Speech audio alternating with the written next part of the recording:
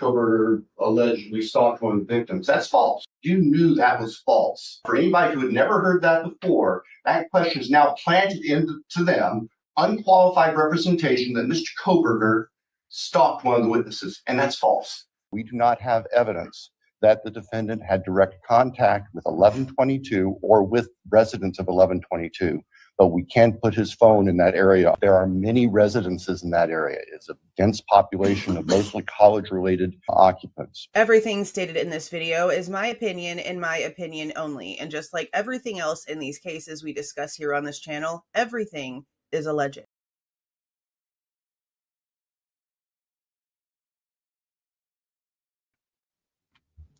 Well, hello. How's everyone doing? I sat on the couch on my phone until about 10 minutes ago. And I was like, oh shit, I have a live. So excuse my mascara. I have to have at least a little bit of mascara so that my eyes look like they actually exist. But I literally just got dressed. I literally just made my coffee. I just had Slade come get the cats. It's actually funny because I won't just like kick them out usually. Like if they're in here and I have to like get them out of here during the live, then I'll obviously like open the door, like tell them bye and put them out. But before my live, if they're in here, I tell Slade and Dawn, well, yeah, Slade and Dawn, I'm like, can you please go in there and get the cats and just like pick them up and take them out so that they don't think that they're getting kicked out. So the past like 10 minutes was a little hectic, just a little bit hectic. We've been waiting on this interview here for a minute. I'm really disappointed in what we've heard about how this was handled, because this is a sheriff who is now like deputy chief sheriff, I think, over at Latah County. I don't know what his position was at the time. I think it might say in the interview paperwork, but he goes on this whole journey of like phone calls and meeting up with this person and getting all this information about this guy that apparently dressed up in ATF gear and walked the crime scene. And he is giving very specific time for this person being at the crime scene.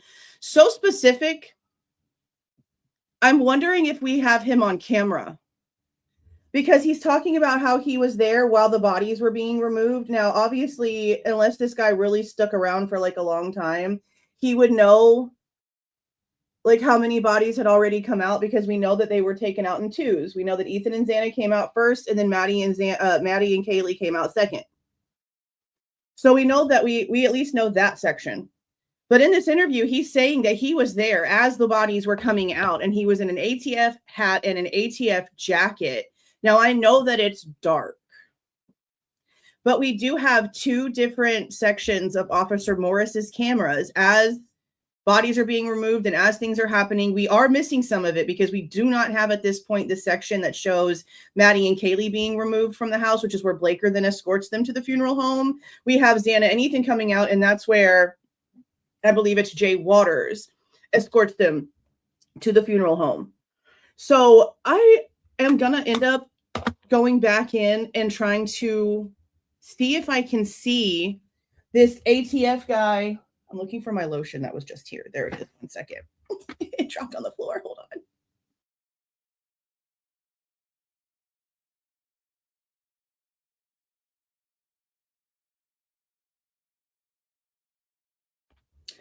Okay.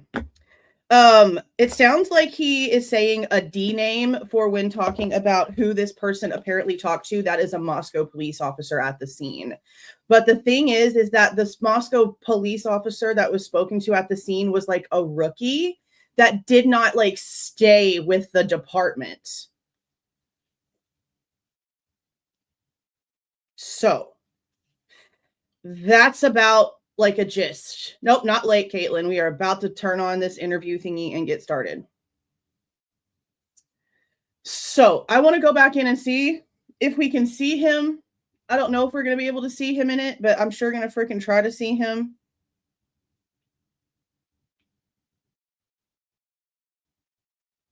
Hold on, I got to text my kid back real quick.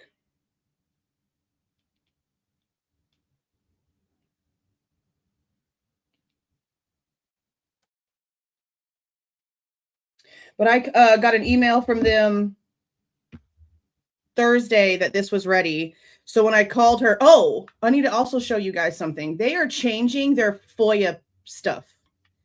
So let me pull up the website real quick and let me show y'all this first, because she told me this on the phone, that they are changing the way that they do their FOIAs to a completely online platform, even when it comes to making payments. And I think it's just because they don't want to keep dealing with people probably like me that have a bunch of questions, but I'm going to call you and ask the questions regardless. So you know. But they have a whole different thing now that they're doing. And some of it's already starting to be like already on here. So if you go to the Moscow website and then you click on online public records, at least I saw this on here like this yesterday. Okay. They have this right here. Visit the City of Moscow next request web portal. This is completely different.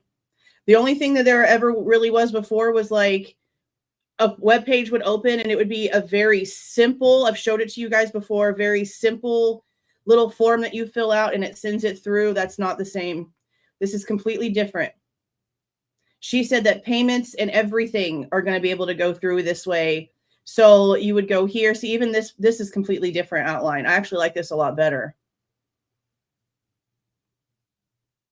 I like this a lot better.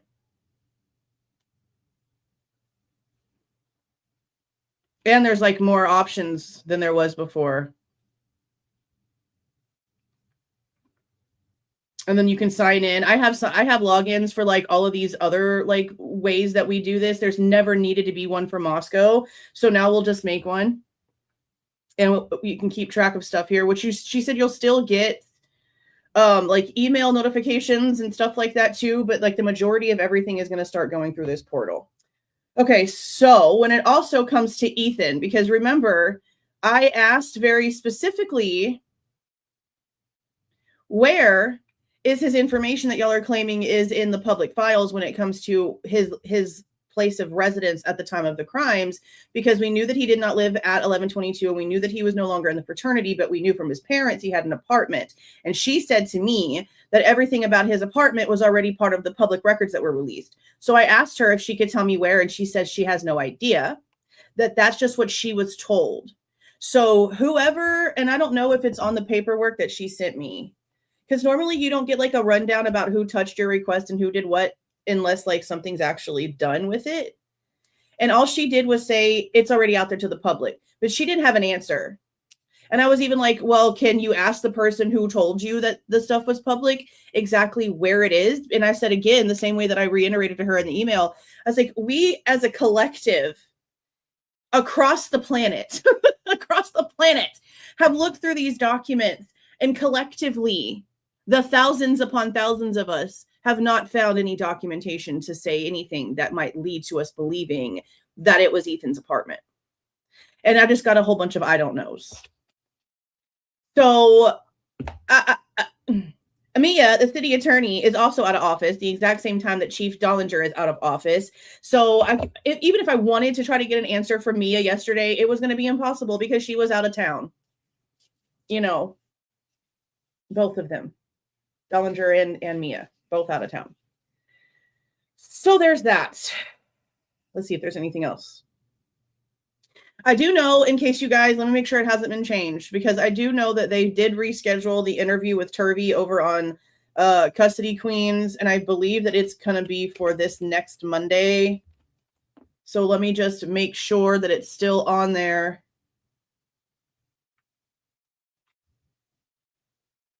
Yes, the 11th at 5:30. My time is what it's showing because everyone's computer is going to show them their time zone. So for me here in the central time zone in Texas, it's going to be at 5:30. And I'm going to do it the same way that I did. Like I said, I'm not going to be in chat or anything like that. I'm going to be recording it, taking notes, and then we'll do an instant live about half an hour after it's over. Is there anything else? I'm trying to just think like if there's anything. Oh, holy shit. Okay. We're going to do a live about this later tonight, which is not what I had planned on doing. I planned on doing chapter 6 of the book, but I think this is probably something that we needed to discuss because I did not think this was Ethan. For a long time, I did not think this was Ethan. And I don't know what this person did to the footage. I don't know if they did anything at all to the footage, But now that we have like all of this other information about Xana trying to get a hold of Peter, trying to get a hold of Ethan, the timeline for them apparently not being around each other in way of Xana and Ethan, I really am starting to believe that it is Ethan and Peter walking into those apartments on the Linda Lane camera. Now, there's a girl named Lauren over on TikTok. I don't know if it's her original video or if somebody else like did it or whatever, but I've seen this damn video of these people walking into those damn apartments a million times because it's one of the clips that Steve Goncalves and Brett Norton from TikTok, remember that entire freaking thing, okay, that they discussed. We actually already, I think, went through that portion of those text messages between Brett and Steve, or those Facebook messages between Brett and Steve about these two boys and a girl that like get dropped off by a car and then like walks into the apartment. And I'm telling you, I didn't really pay much attention to it. I really didn't think it had anything to do with anything because the whole time we were told that they were at this damn freaking party. But now that we know that they weren't together, now that we know that Xana was trying to get a hold of Ethan, now that we know that Xana was texting Peter, if you look at the facial structures of this person, it looks like freaking Ethan with his curly mop hair and his mustache. And then if you look at the shoes, they're pulling out pictures on TikTok of his shoes that have the big Nike swoop on it. And the freaking Nike swoop is on this guy's freaking feet. And then if you go in and you pull up other pictures of Pete and the way that his head is shaped, the guy who's walking with the guy that looks like Ethan freaking looks like Pete.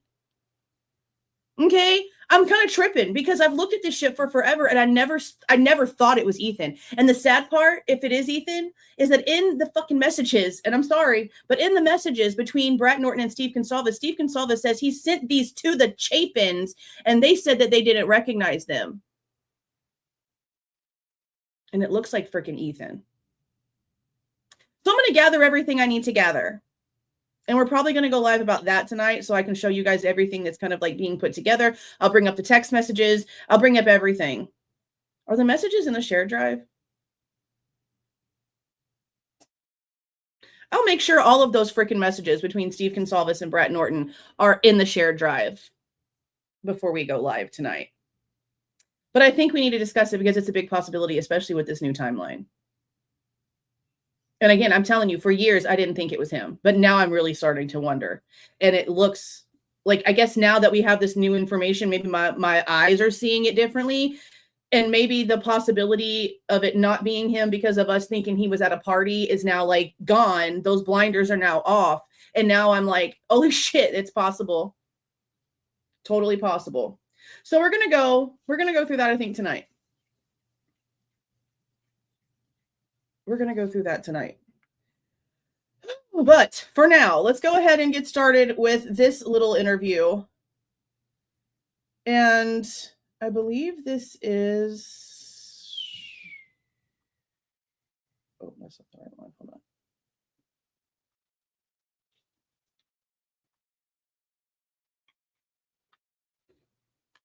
Okay, so he was already chief deputy back then. Okay. Because I saw like something posted in like the end of 2024 or early 2025 with this guy's face on it where I got the picture. And it was talking about like him and like 3 or 4 other officers. It's like a Facebook post and it's talking about just like their journey through and like where they are. So I guess I didn't think that he was already a chief deputy back in 2022, but I guess he has been for like a minute now. And this is also... I think it's report number 173. It's either 173 or 174. And since this is just this, we're going to do this. Now, there's a lot of information he says in here that I didn't write down the first time I scanned through it, that I'm going to write down now. Because he gives very specific information in a way of he went out to speak to someone. He sort of gives some information for the time frame. There's a lot in here that I think that I might be able to request from the sheriff's department because of who actually handled this. Because again, MPD told me, and that doesn't, I will say this, anything MPD doesn't have doesn't mean the shit doesn't exist. MPD might have been the lead agency, but they were the ones that no one gave 2 shits to talk to because they weren't doing anything. So when it comes to FBI, ISP, or anything like that, sheriff's department themselves, just because Moscow police told me that they didn't personally look into the guy impersonating a freaking ATF officer walking into a crime scene, how would you not slap some charges on somebody like that? You know? So somebody had to have.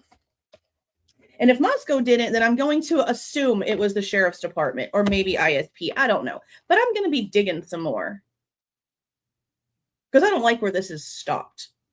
There's just a lot of weird shit here. And actually, it almost sounds like this is one of the guys that lives in the apartment complex next to the house.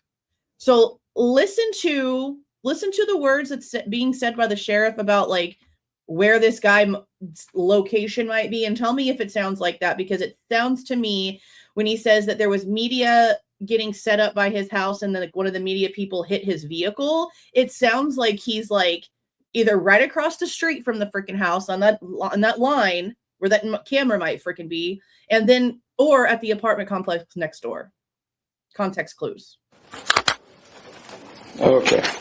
It's Tuesday, November 22nd, 2022 at 1:03 p.m. This is Detective Sergeant Van Leuven with ISP. He sounds exhausted. I'm here interviewing Chief Deputy from the Latah County Sheriff's Office, Tim Best. Gotta get a notebook. Also, I don't want to miss anything that I need to write down, so let me grab my notebook. I don't know why they're not on my desk. Idaho State Police Detective Gary Tollison.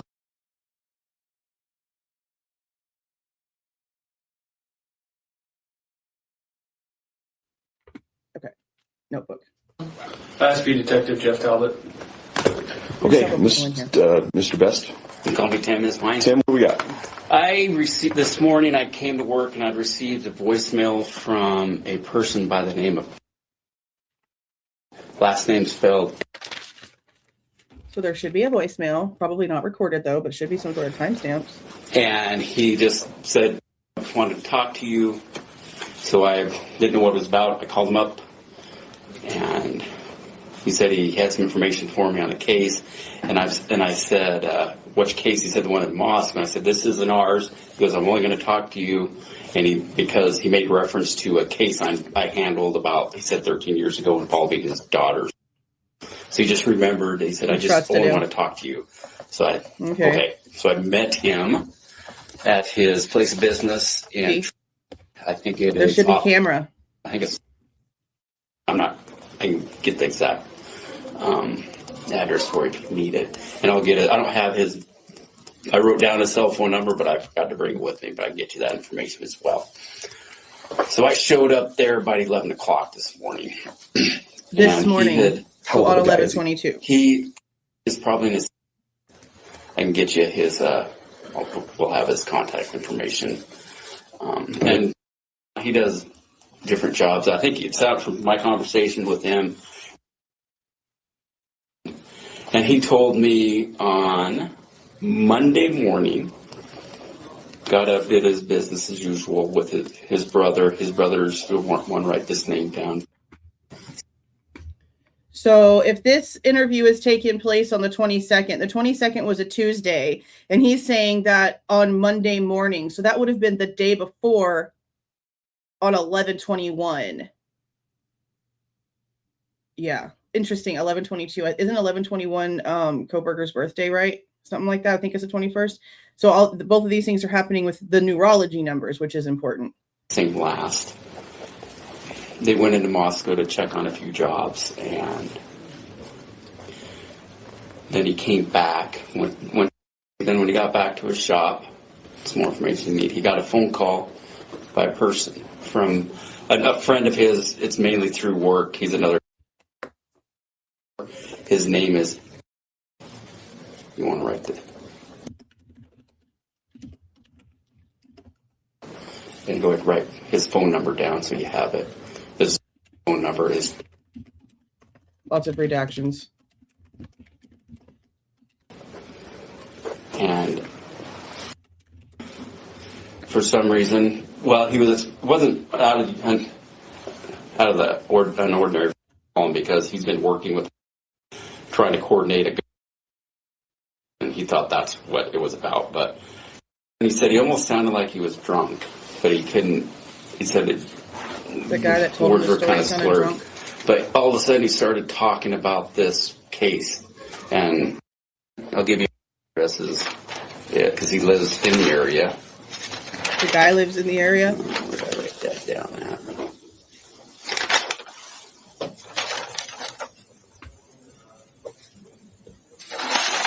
What is Have you ever made was hot a- wings with Dr. Pepper? Like, have you ever made a sauce for your hot wings with Dr. Pepper? If you haven't, you should. I'm just saying. This is redacted, right? If you Google Map that, yeah. If you want to do that, you can kind of see it. Either across the street or at the apartment. Yeah, so that residence. He's gonna say a news person hit his vehicle. Wouldn't there be a police report for that? Like, wouldn't he want to file insurance because it's like a news media car? I wonder if there's a police report for a what would you call it? Some sort. What do you call it? A fender bender? I wonder if there's a report for that. Yeah, that's where, and he lives in the south half of the duplex. That's what told me. The south half of the duplex. So the door that has the pin code on it at 1122 faces north. So that would mean that he would have lived at like the back building towards the back parking lot. Right? Is that what that sounds like? I'll make a video on my other channel making it. But that's what it sounds like. It sounds like this guy lived in the apartment complex next to the house in the back, in the south side of it, which would have been like maybe the back building. I'm gonna pull up the map. If you Google Map that. Oh, Google Map that. Ooh, tell me again, universe. You can kind of see it. As I'm going. Yeah, so that residence like here. Yeah, that's where, and he lives in the south half of the duplex. That's. We need to go back through because this guy has hunting story connected to his story. I think we need to go back through Gunderson and that other guy's like canvassing videos and mark down all of the people that talked about hunting. Because remember, there was even a guy that was walking through the scene with a rifle or some sort of shotgun that day because he was on his way to go hunting. And like the cops had to be like, oh, he's just on his way through. He's going hunting. There was a lot of that happening, including with officers themselves that weekend. There's a lot we need to go back and double check just from this little 20-minute interview. It's crazy. What told me. So. Okay. But he. So let me show you the map. It sounds like this is what he's saying. This guy lives.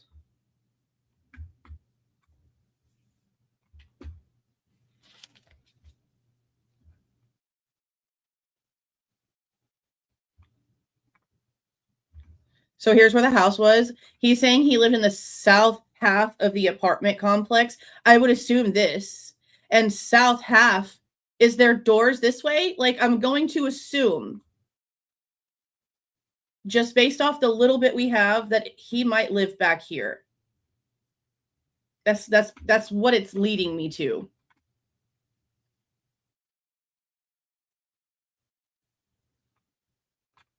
Because this is north. This is where the front door was, and this is facing north. So to live in the south half of the building would have to be back here. Unless he is in the apartments up here. But regardless, he's in this area close enough for media. I don't know if media parked back here. No, you know what they did? Because there was some videos of both JLR and Brian Inton that would walk up there, and there'd be a bunch of media cars back there too. Yeah, there's a lot we're going to have to go back in and like double check on stuff. I want to go back and hear everyone who said that they were going to be out hunting that day.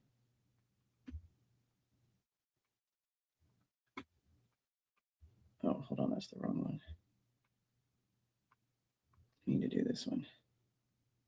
And I'm going to do what I always do with these. Like, we're going to go through it right now, but tomorrow morning, I'm going to drop it with no commentary, raw footage, and it's also going to be in the Google Drive.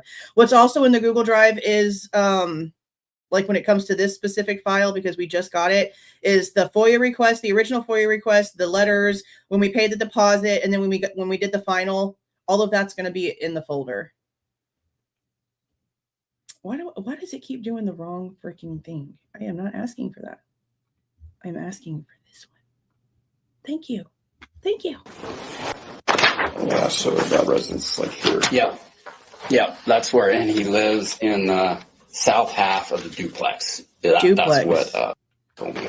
Okay, so then what is that? Okay. But he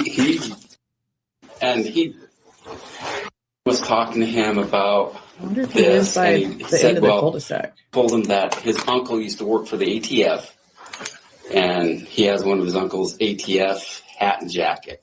This is where it gets really weird. And he said that he put on that stuff, and he went over to the crime scene when they were taking the bodies out. He said he actually walked into the house, and he started.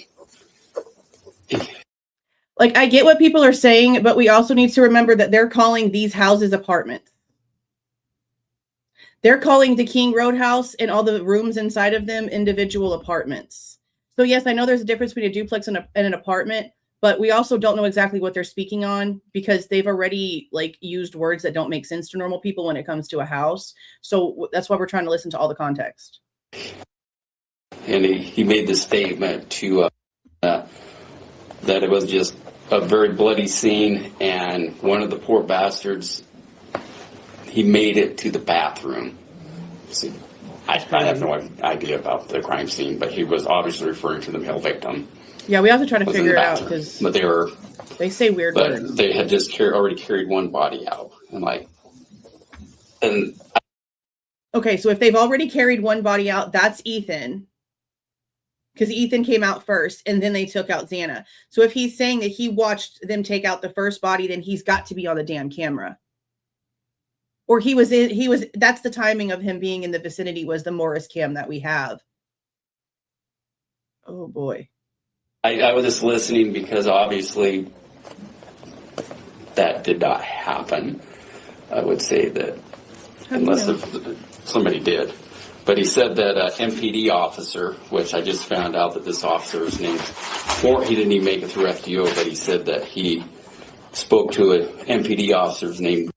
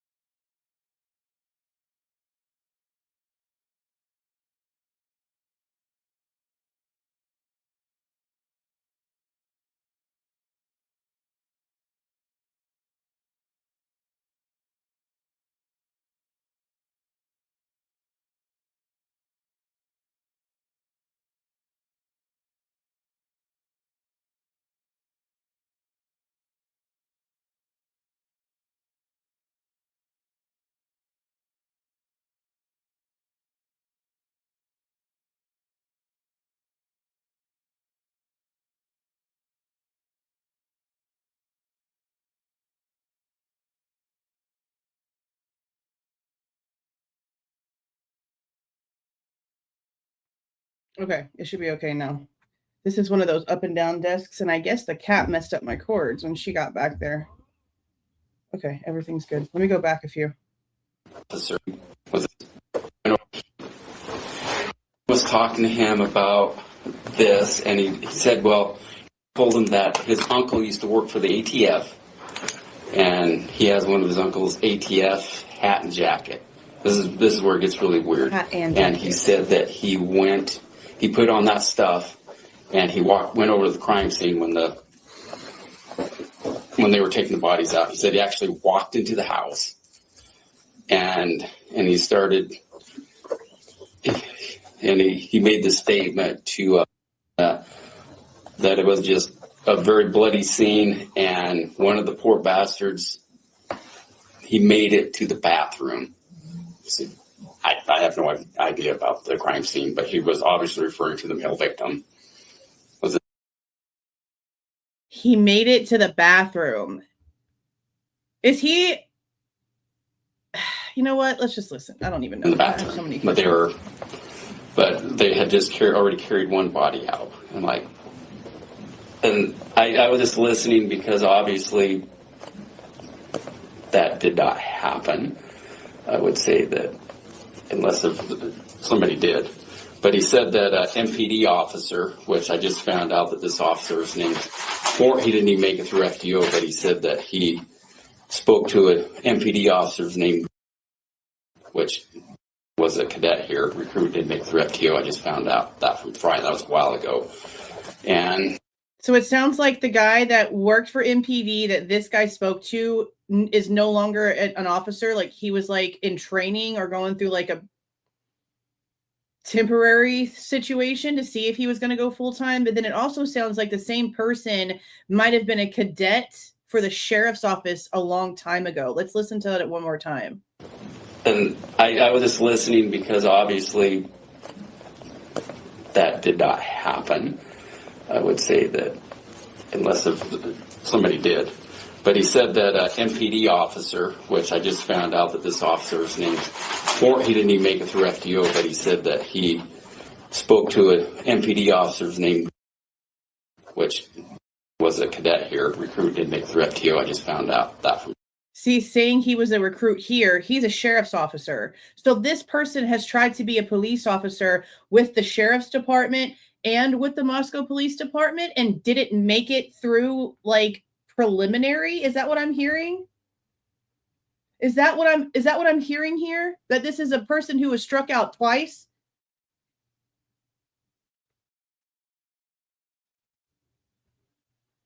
Because it sure sounds like that.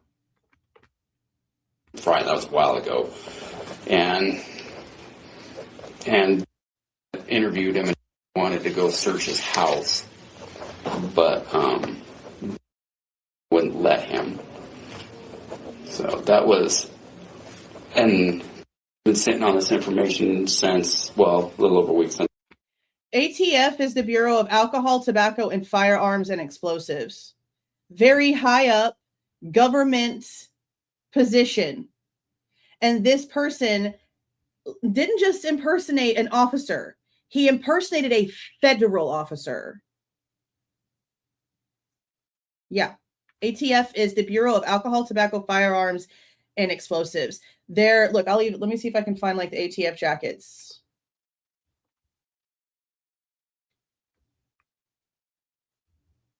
A guy with ATF jacket and hat.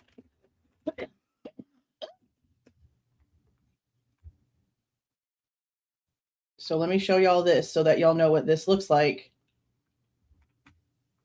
Sometimes it's black, sometimes it's black, sometimes it's black with white, sometimes it's blue with yellow.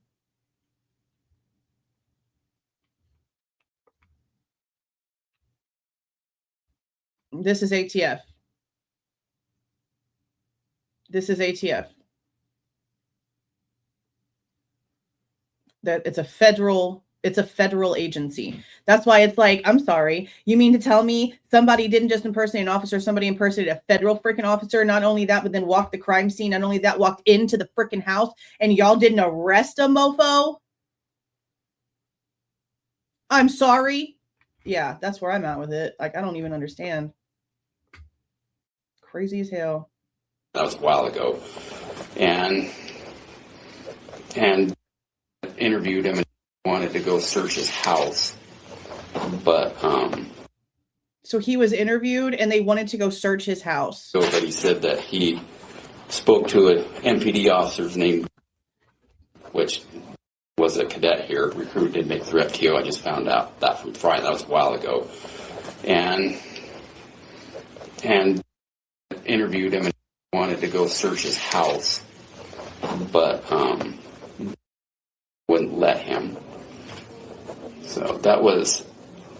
And was he interviewed at the scene? Been sitting on this information since, well, a little over a week, since Monday, just right after.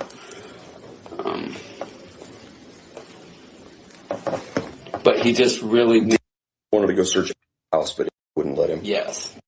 They wanted to go and search the ATF impersonator guy's house, but they wouldn't let him. When do you have an option? Honestly. Because this would have been enough to go down and get a freaking warrant. I'm sorry. You're impersonating a federal officer. You walked into the crime scene. Warrant. Sign that thing right now. Warrant. You wouldn't let him. I'm sorry.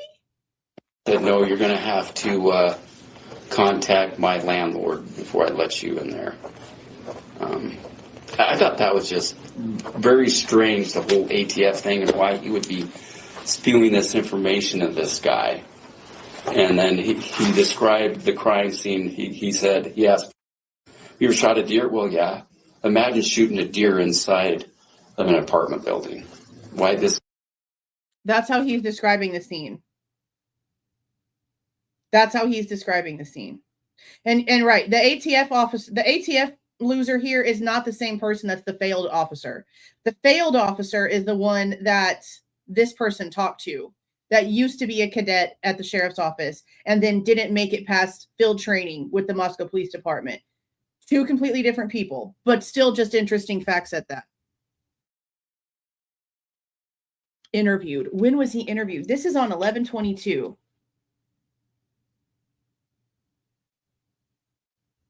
Interviewed, but they wouldn't. So you just like don't get a warrant? Like you interview the person and they're like, yeah, sorry, my landlord won't let you. And you don't get a warrant. You got a warrant for Showalter's place. Why didn't you get a warrant for this guy's place?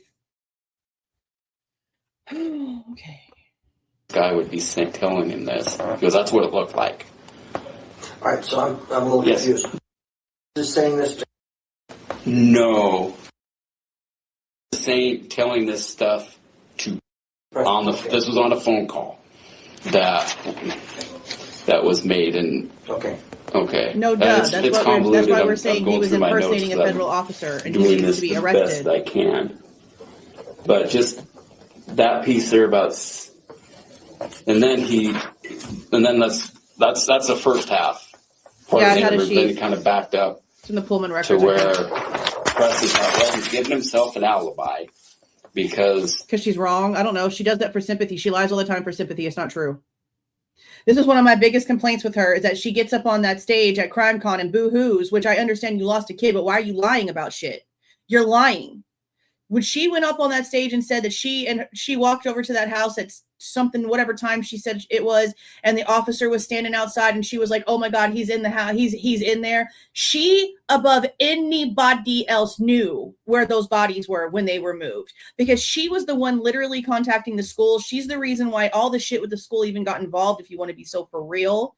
She knew that Ethan was the first person taken out of that house.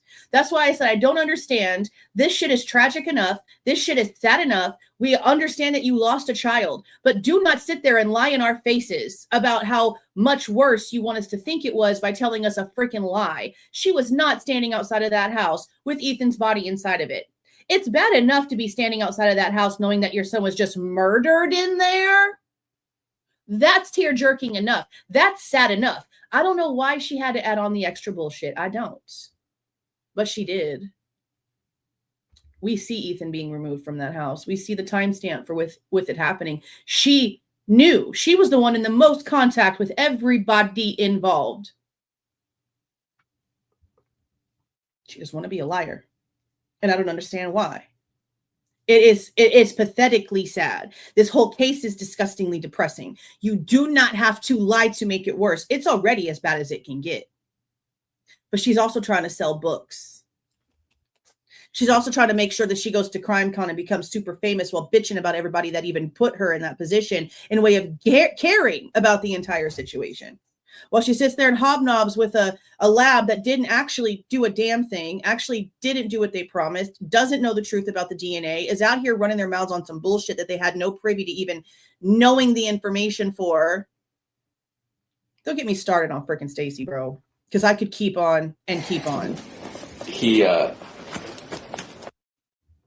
had told that at 3:45 in the morning, he was outside of his place getting ready to go on a hunting trip when he... Did he say at 4? Backtrack. By, because he... This is ATF guy's story.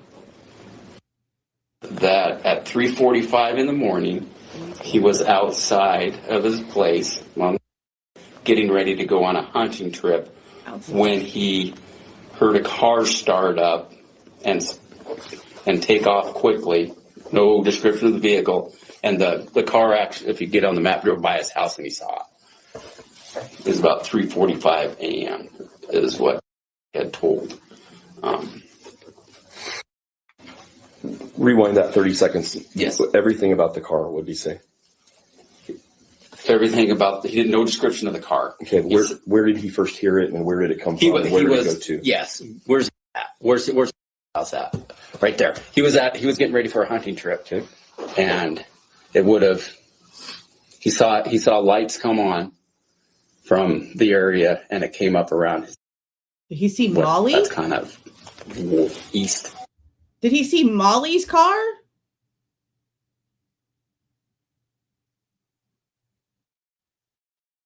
Did he see the car Molly claims to have seen?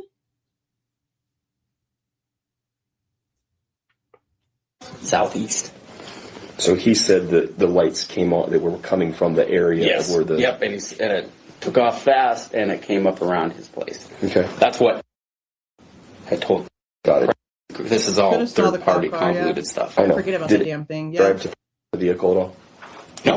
No, did not have any vehicle information, and I asked, and I go, did grab the vehicle? No, he just said it was a car. Didn't say what size or You have to go back and anything. look at the camera. So that was,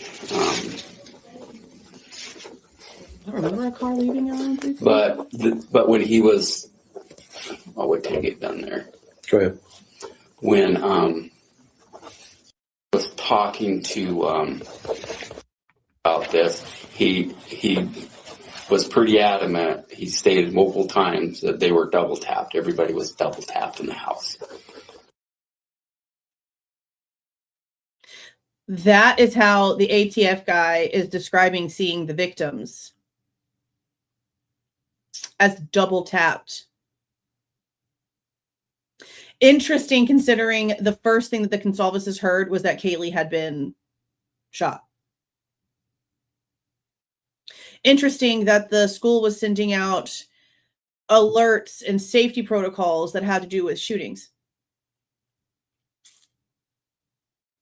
And that's what his description is. This guy's description of what he saw when he trespassed and impersonated a federal officer and walked into the crime scene house is that they all were double tapped. That's freaking crazy. That's freaking crazy. There was no mention of anybody being stabbed.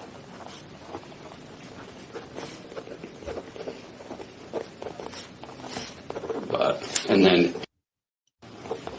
had stated, yeah, then he left to go hunting. He went hunting out by with a guy by the name of, and I know who he's made reference to because he told me that he used to work at, I know exactly who he is, and now works at, but it's interesting because he made reference that he talked to quite a bit at the scene. He said it was at the scene and he was talking to. So that's, and you can get what the PD and C with. See, I'm really wondering if the guy, even though he was just in like field training, I wonder if he had a camera on. I'm gonna have to go back in and try to find like literally everyone who went to the scene that day, because not everyone is logged if they didn't actually go into the house. And it sounds like he must have went in through the back door. Directly open. So I thought that was, this even just made it weirder.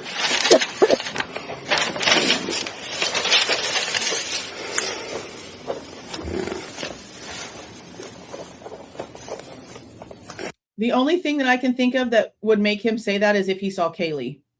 Because her face is the only one that we know was so completely destroyed, you would maybe think that she would have been twice from the destruction. But then again, we don't really, we know what the other injuries are described as, but we don't really know what they, I mean, we sort of seen a little bit about what Xana's face looked like in that one photo that they didn't redact. So I'm wondering if he went up to the third floor. I've seen it. Because, the sheath thing is a situation. Also stated that, and he's a hunter. He had, there was reporters that were at his place, setting up. And he stated that one of the reporters backed into his vehicle. There had to be a report, right? Some damage in. So whether there's any truth to that. But his landlord is a guy by the name, because that's what he told. He goes, you can't search my place. You're gonna have to ask. I guess it's common. Yeah, common spelling I have. Okay. Yeah, and then he had asked him if he was sneaking around the crime scene in an ATF jacket and hat. He said no.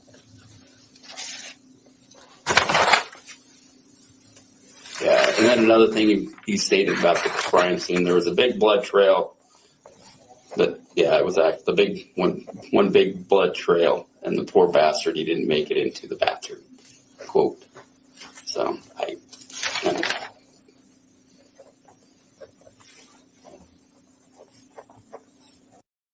There is no blood trails, at least not outside of the bedrooms. None that we've seen.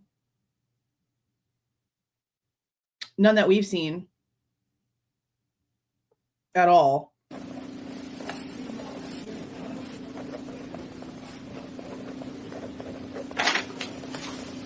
It'd be best if you guys could have talked to this guy, but he was like adamantly that he was not going to talk to anybody except for me. So I apologize. I'm not one to jump into anything. All right, so let me clear up this. Yes. This former MPD officer, because he's no longer a current PD officer. No.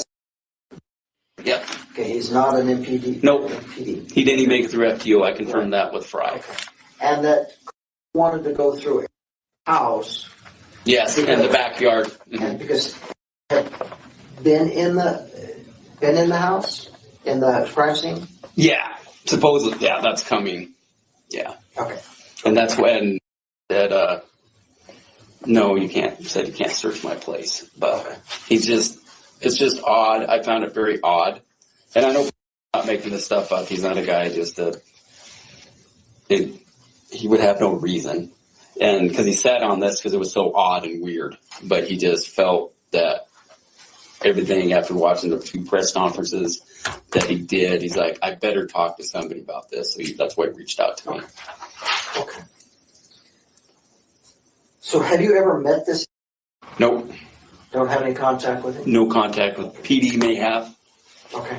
I do not know where he lives at. Yeah, he was talking about his place. I've driven by that place a lot because I live up in the area, and when I come and go out towards the mall, I usually go that way.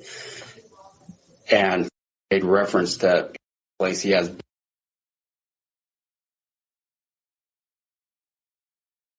Where's the place at? Yeah, pretty much you can see a straight shot from there. Okay. But And that's a duplex. He lives in half of it. yes, he lives in the house. Okay.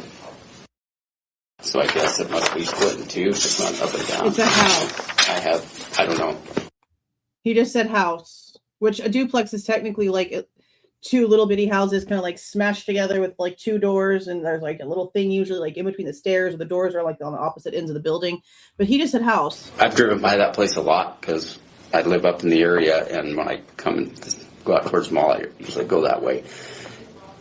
And they'd referenced that house. Place he has.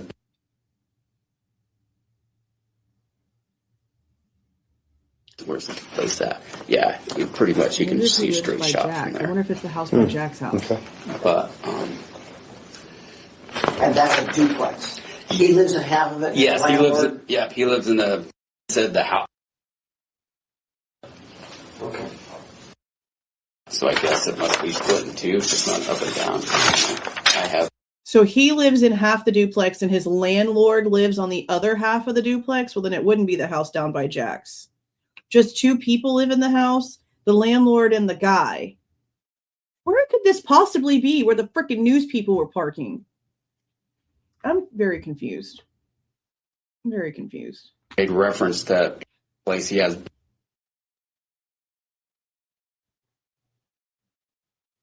Where's the place at? Yeah, pretty much you can see a straight shot from there. Okay. But And that's a duplex. He said you can see. Did he just say you can see a straight shot from there, meaning you can see 1122 from this guy's house? No contact with PD may have. Okay. I do not know where he lives at. Yeah, he. You can't. Was talking Google about his screwed that place. up. You can't. I've driven by that. But what about Google Earth? You know, I haven't looked on any other ones. Google Maps is not the only freaking one that is like a satellite system where you can look down streets and shit like that. I really haven't bothered. I wonder if Google Earth or some of these other ones would have the up-to-date information and not go back 20 years the way that Maps does. I do not know. I'm gonna have to try where he lives at. Yeah, he was talking about his place. I've driven by that place a lot because I live up in the area, and when I come and go out towards the mall, I usually go that way. And made reference to the place he has.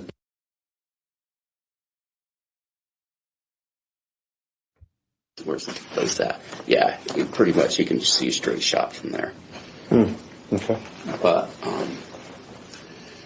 And that's a duplex. He lives in half of it. yes, he lives. He lives in the house. I'm gonna have to look. Okay. So his landlord So I guess lives in it must half be and he split lives in the two, other half. Up and down. I don't know. Anything else?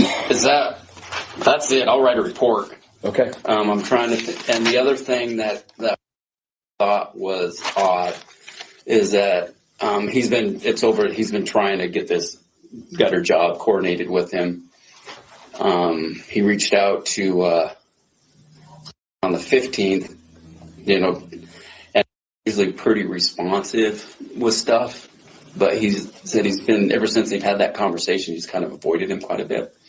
Interesting. And he finally did, yeah. And usually, very receptive, meets with him when he asks. So he called this guy, the person who talked to the officer. Let me rephrase. There's so many freaking parts here.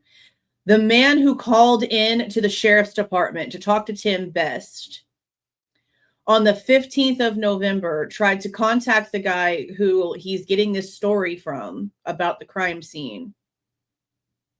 And he's normally super, super responsive. And on the 15th, he wasn't. There was a behavior change that the guy noted and felt the need to pass on. Was odd is that he's been trying to get this gutter job coordinated with him. He reached out to on the 15th, 2 days later. and usually pretty responsive with stuff. But he said he's been, ever since they've had that conversation, he's kind of avoided him quite a bit. And he finally did, yeah.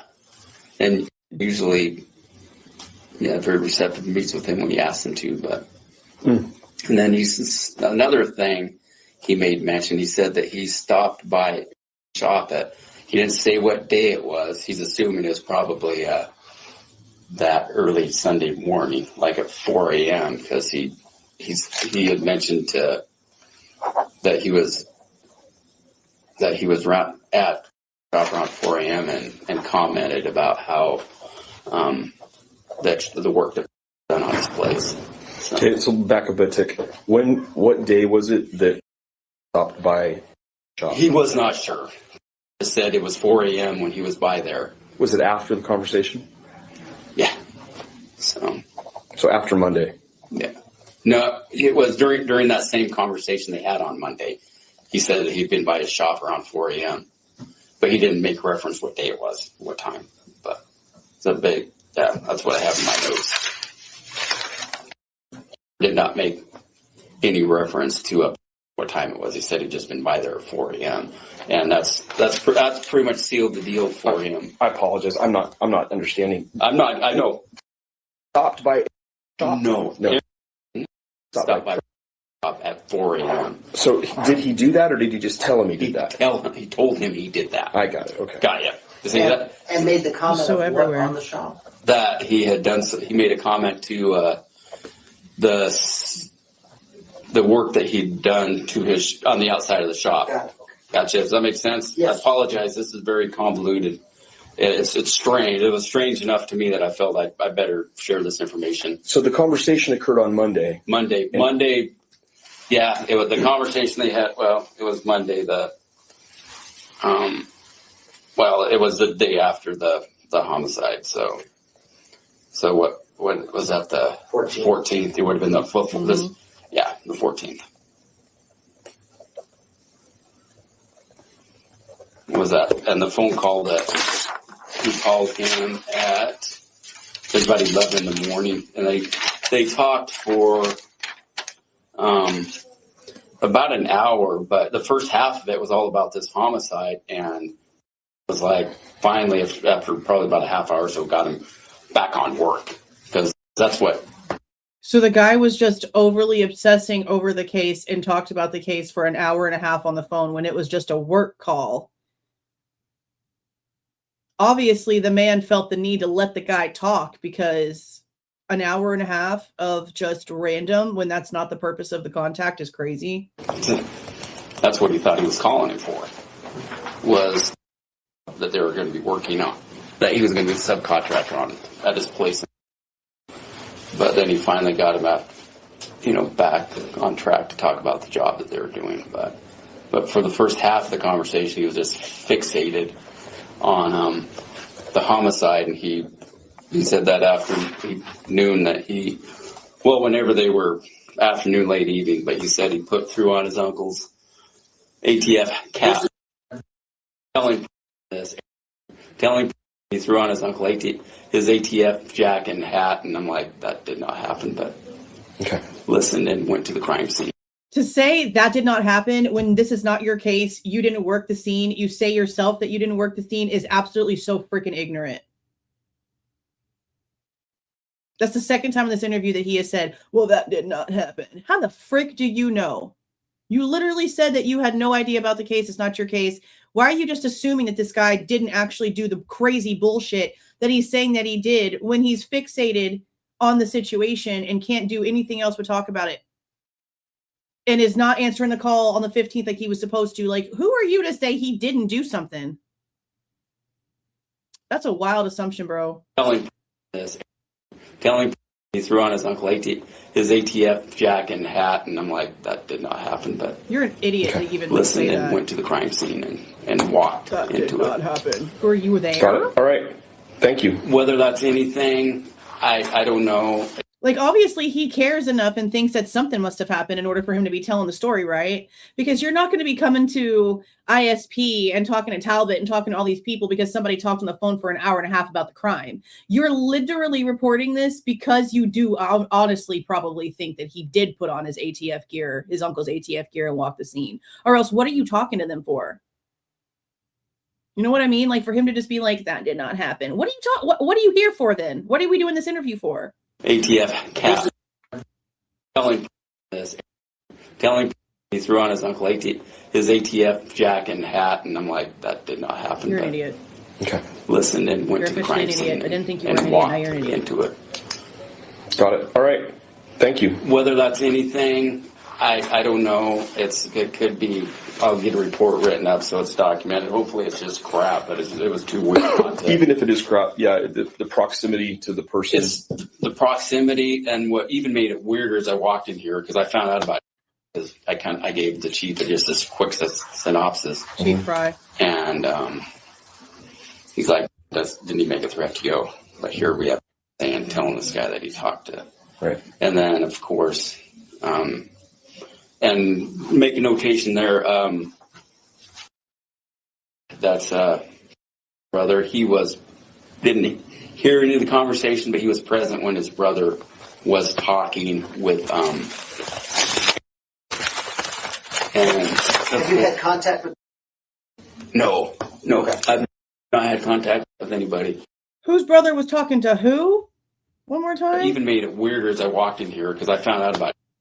I gave the chief just this quick synopsis, and he's like, didn't he make a threat to go? But here we have and telling this guy that he talked to. Right. And then, of course, and make a notation there, That's brother. He didn't hear any of the conversation, but he was present when his brother was talking with and Have you had contact with? Somebody who's something else? No, I've not had contact with anybody except for. But is he around? Do you know if he's around? I would. I think he's. Okay. The chief would know. Probably have contact information for him. So, any other questions?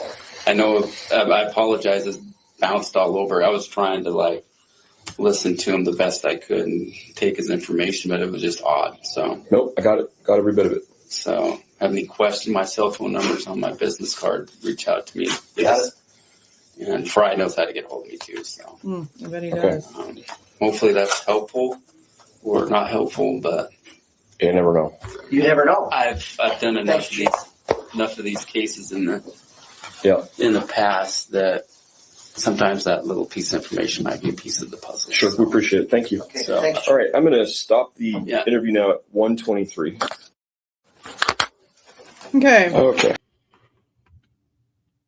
Okay. I don't know where this guy could have lived.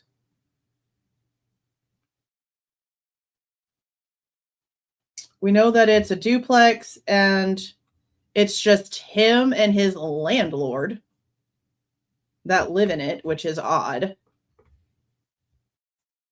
But it would have to be in this vicinity because he's claiming that somebody that's a reporter backed into his vehicle.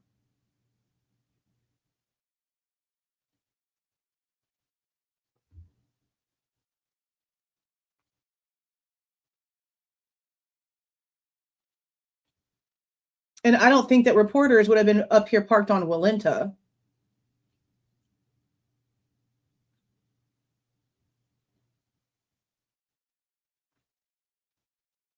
I just don't know where he could have, where this duplex could possibly be that would have been close enough to the crime scene in order for a news car to hit his car if it's an actual duplex with just two people living in it.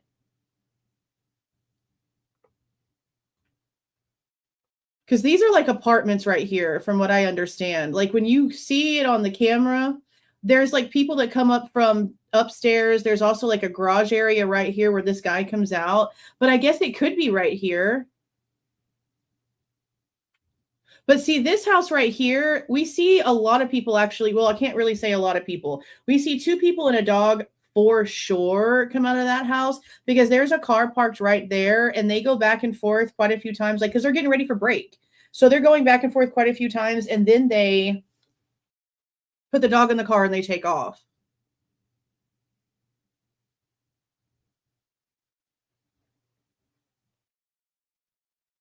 See, these are all apartments. These are weird little bitty apartments. And there's chicks that live in this one because they came out in their night clothes or t-shirts and stuff, talking to the cop. This one over here is where the guy came out and we see him smoking a cigarette. In the 11/12 footage, he's standing right here and we can see him in the footage. These right here are apartments because we can see that when we're moving around.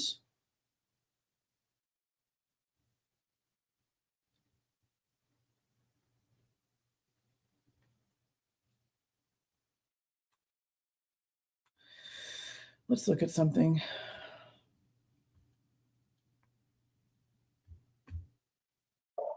The entirety of the 11 to defense. Okay, here we go.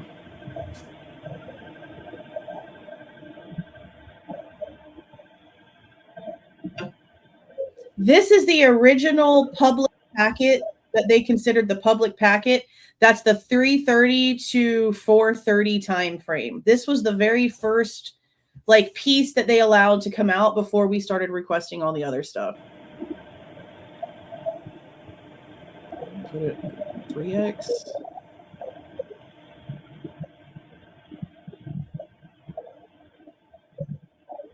I'm going to go to some daylight footage here in a minute. I just want to see if we see any vehicles around the time that he's talking about. Because I will stay while this plays. The tire markings in the front of the house. Let's see, here's one at 3:30. Okay, so let me slow it down. Because I know that they do have some timestamps in this area for what they consider to be SV1. I just don't remember off the top of my head exactly the times that they have right now. Like, I'll have to go pull up the document. But for right now, we have one at 3:30, but it sounds normal, doesn't it?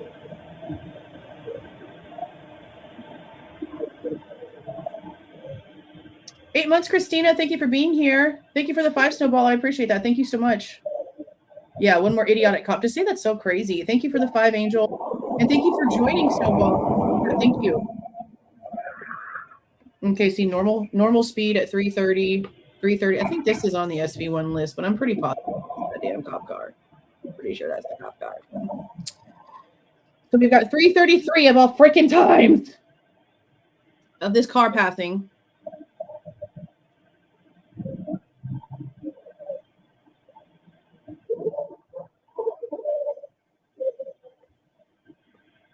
But anyway, the tire markings that were in the front of the house that we have like noted work from, see, look, here's somebody leaving. Where are you going, bro? I don't want to watch this whole damn thing on 1X, but I might have to. Where are you coming from? From here, okay.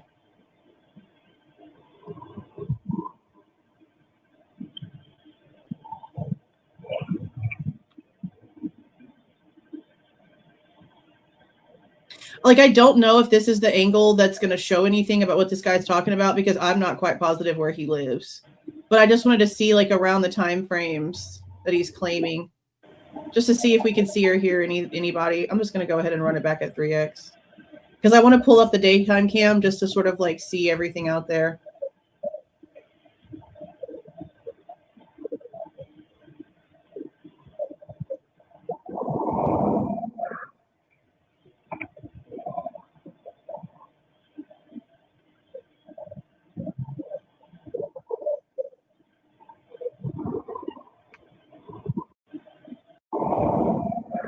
There's the 3:33 car.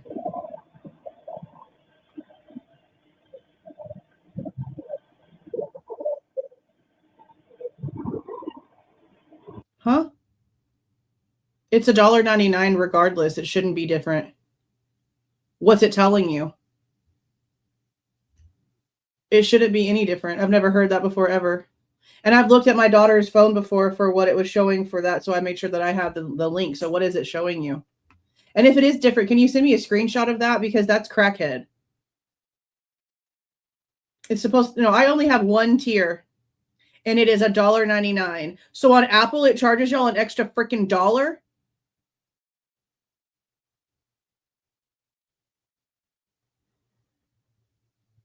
What? Can you send me a screenshot of that, please? Why does Apple charge y'all an extra $1 to be a member on a freaking platform that they don't have any skin in the game on? What?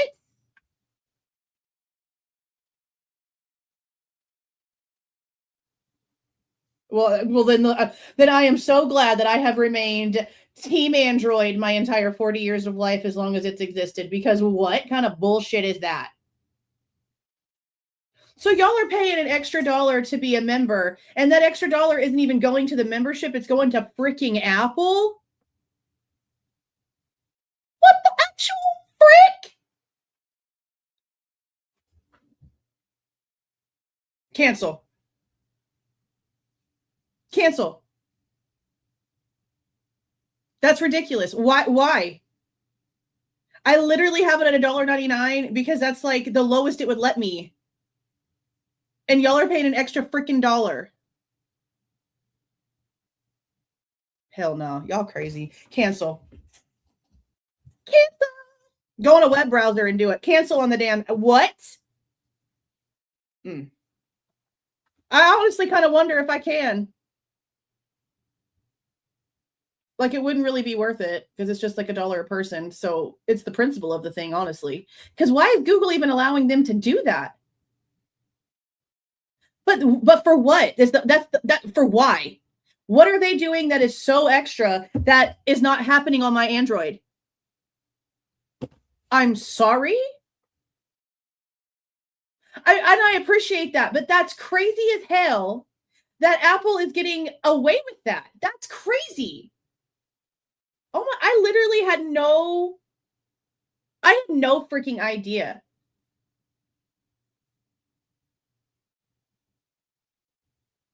No, you can go and sign up from a web browser and it's the $1.99. Don't do it through like an Apple thing. Don't do it through the app. Yes, cancel and join via Chrome. Don't I know that it's just $1, okay? But that's crackhead. It can't be a processing fee because mine doesn't do that. Like with taxes, it's $2.15 with taxes. And they're charging y'all an extra freaking $1. My memberships are $1.99. If you are paying more than $1.99, please don't. That's crazy. Just for them to be the people who you bought the phone from. Because again, this is owned by Google. This is owned by ABC. Like the ABC alphabet company. It's not owned by freaking Apple. No, I need proof. I'm about to sue the shit out of everybody. I need proof. This is stupid. Like this kind of stuff, I'm just gonna dip into everybody's little bitty old pockets, even though I'm a rich piece of shit. That's the kind of stuff that I can't. I want to see all of this. I'm gonna send y'all my email right now. I want to see all this. There's my email. That's crazy as hell. That is crazy as hell. But you know what? It also explains a lot because back like when I first started the channel, no one that had Apple iPhones could like become a member. And I didn't know what the problem was. And then Melissa Jade like heard that I was having that issue, like, cause she would come into the chat sometimes and she like heard it and she was like, hey, there's a whole separate link. Hold on, let me get it to you. So she went and found like a way to give me the link for like Apple people to sign up. But I had no freaking idea that it charged y'all an extra $1. That's crackhead. I don't know why y'all use iPhone. And then they came in here and admitted to you that when a new phone comes out, they purposely screw your system up to where you feel like you don't have a choice. What are y'all doing? What are y'all doing? I've never owned a freaking Apple device. I will never own an Apple device. The only reason why Ariel left this house with a freaking Apple device is because my mom gave her an old iPhone. Never would I have ever bought her an iPhone. Ooh,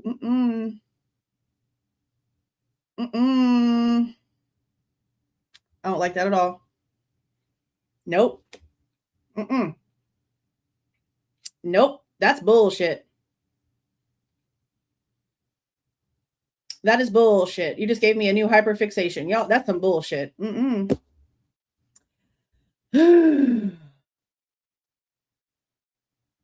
Okay. Let's continue on with our research.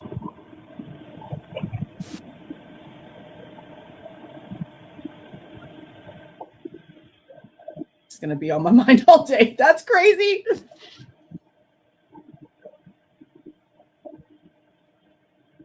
If you think iPhones are easy to use, trust me when I tell you Androids are easier. I cannot believe that, bro. I have over 1,000 members. That means there's a big majority of y'all that are paying an extra $1 for something that is for nothing. That's crazy as hell. Crazy as hell.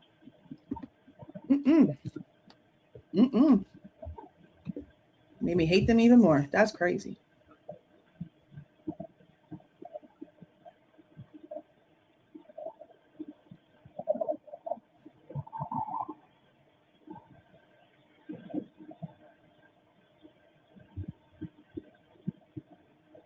I mean, I don't know why there couldn't be a class action lawsuit. You know how many freaking millions of people are out there paying for memberships on channels and they're paying extra? What about, okay, so if mine goes from $1.99 to $2.99, I want to know if you go on to other channels, like say for existence, I was going to go and gift some, when I go to gift memberships, I won't gift memberships if they're $4.99 each because that's freaking insane to me. I just won't do it. Sorry. But if they're $1.99, $2.99, then I'll gift like 10 memberships. I went to one channel and went to gift memberships and realized that their memberships were $4.99 and I did not. But I'm only mentioning that to say, if mine are $1.99 and showing up on Apple as $2.99, if someone has their memberships for $4.99, does it show up as $5.99 or does it go up even like higher? Like, is it like a percentage jump? Like, how does that work? You know what? This is just going to get on my nerves. I need to stop thinking about this. It's going to bother the shit out of me now. Oh my God. You should have just emailed me. Now I'm just going to be aggravated all day. Oh my God. I got to research this now. Okay. I got to research this now. That's crazy as hell. Oh my God. Okay. Can I make this faster than 3x? Oh, I can. Let's do 4x just so we can get to the movement. Okay, so here comes another car.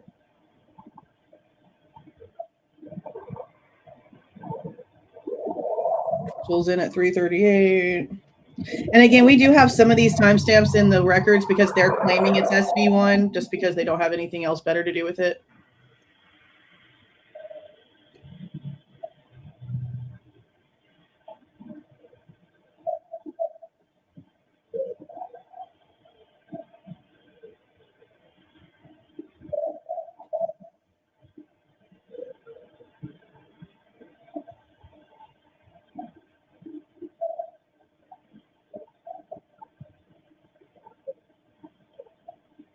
Okay, thank you. I don't have to pull up the paper now. So the two that we've already seen are what they consider SV1, which, again, we don't really know that for sure at all.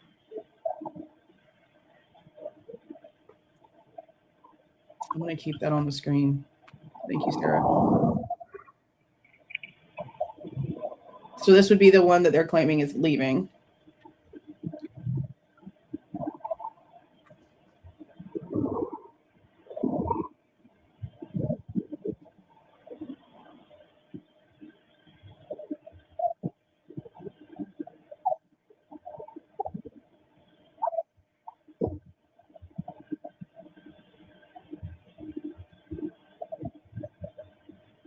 And for anyone who hasn't seen this yet, I'll put this in here.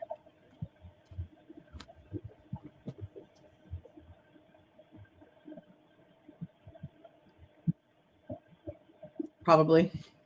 She actually does good spreadsheet. For sure.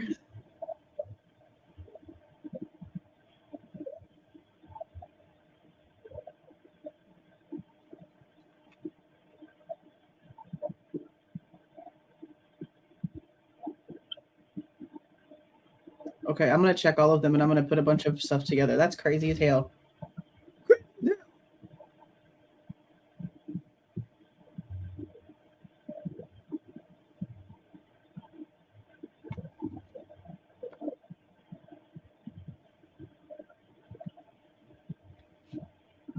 No way.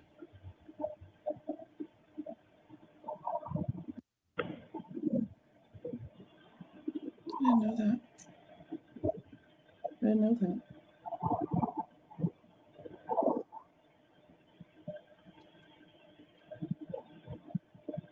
So this is around the time the guy is claiming that he hears something. I guess we can slow this down. Just, I mean, I know that it might not be the angle that we're going to see anything, but let's see if we can at least hear anything. Let's do from 40.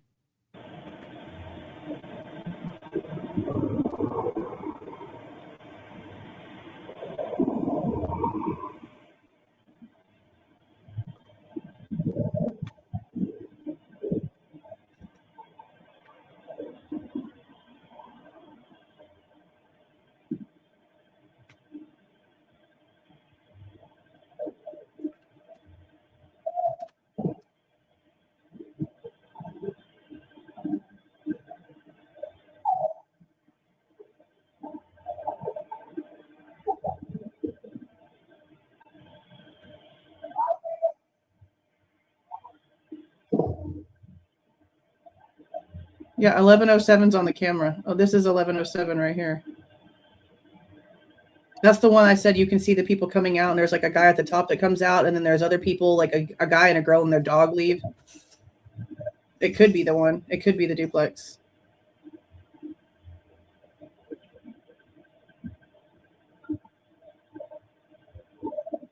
Yeah, I have no idea how the free membership to a channel with premium works. I didn't even know that was an option. I'm gonna have to look into that.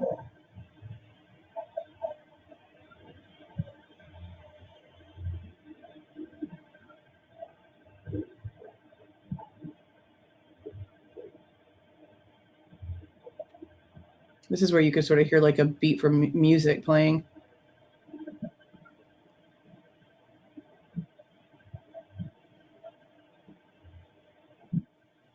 Maybe we'll go up to 1.125. Oh, thank you, Lisa. Thank you for the $4.99. I appreciate that. Thank you. I just can't believe it's charging y'all an extra $1. That's some real crazy shit. I had no idea. Like I don't mess with Apple. You can go over. That's crazy.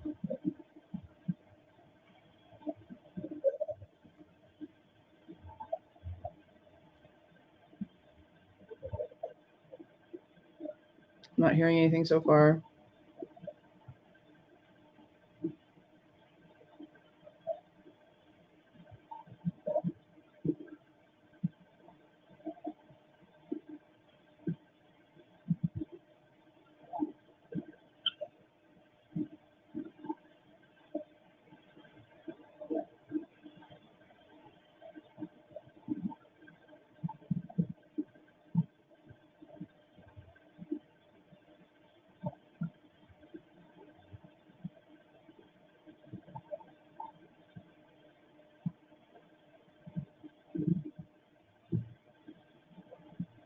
Yeah, at the top. If you go to the top of the chat, whatever column thingy, it has an option at the top that says live or talk chat. I don't know why. I don't know why they do talk chat. It should always be live chat. It's so stupid. It's worth it if you don't want ads. But there's apparently browsers you can use that block ads too. I pay for it because when I show you guys stuff, I don't want to deal with ads.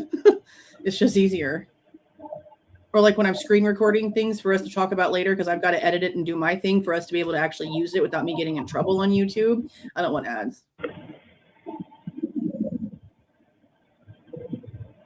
No. I don't know why it does that. It's the stupidest thing they could have done to it because no one actually cares about the top chat. Everyone wants to be in real-time conversation, not minutes behind because it's a top commenter, which obviously people that are constantly commenting get recognized, which is why the little crowns are there, which is fine. I don't have any issues with any of that. But when you're trying to actually pay attention to the in real life chat, the top chat thing is so stupid. I don't know why they do that.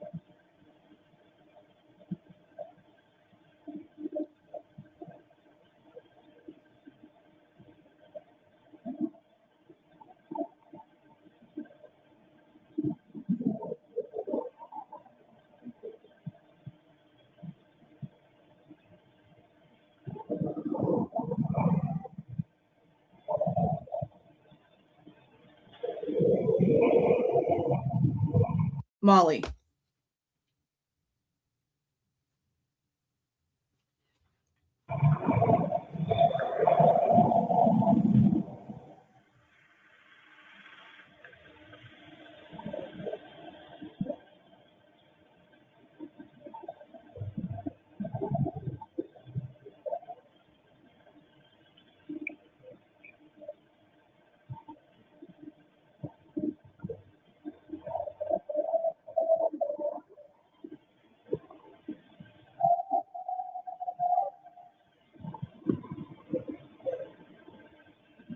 It's kind of high pitched a little.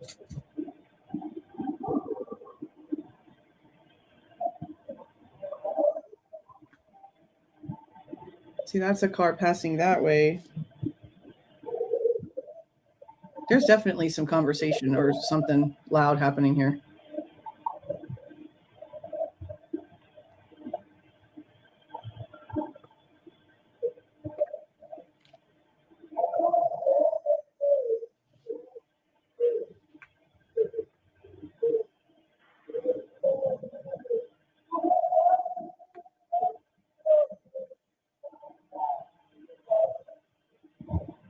Remember, we always said that it was decently quiet until Molly shows up. And then as soon as Molly shows up, you start hearing conversations.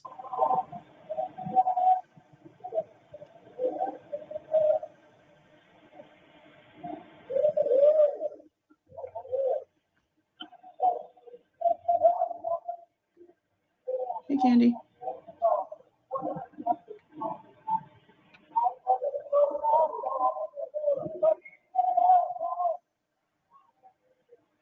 Mind you, the scream is at 2:27, so this is all happening after.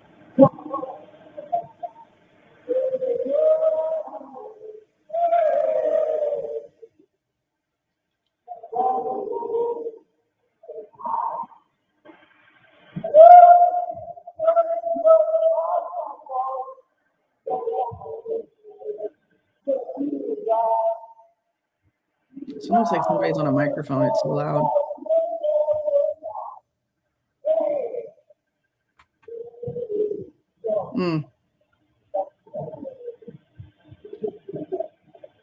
First month free, okay.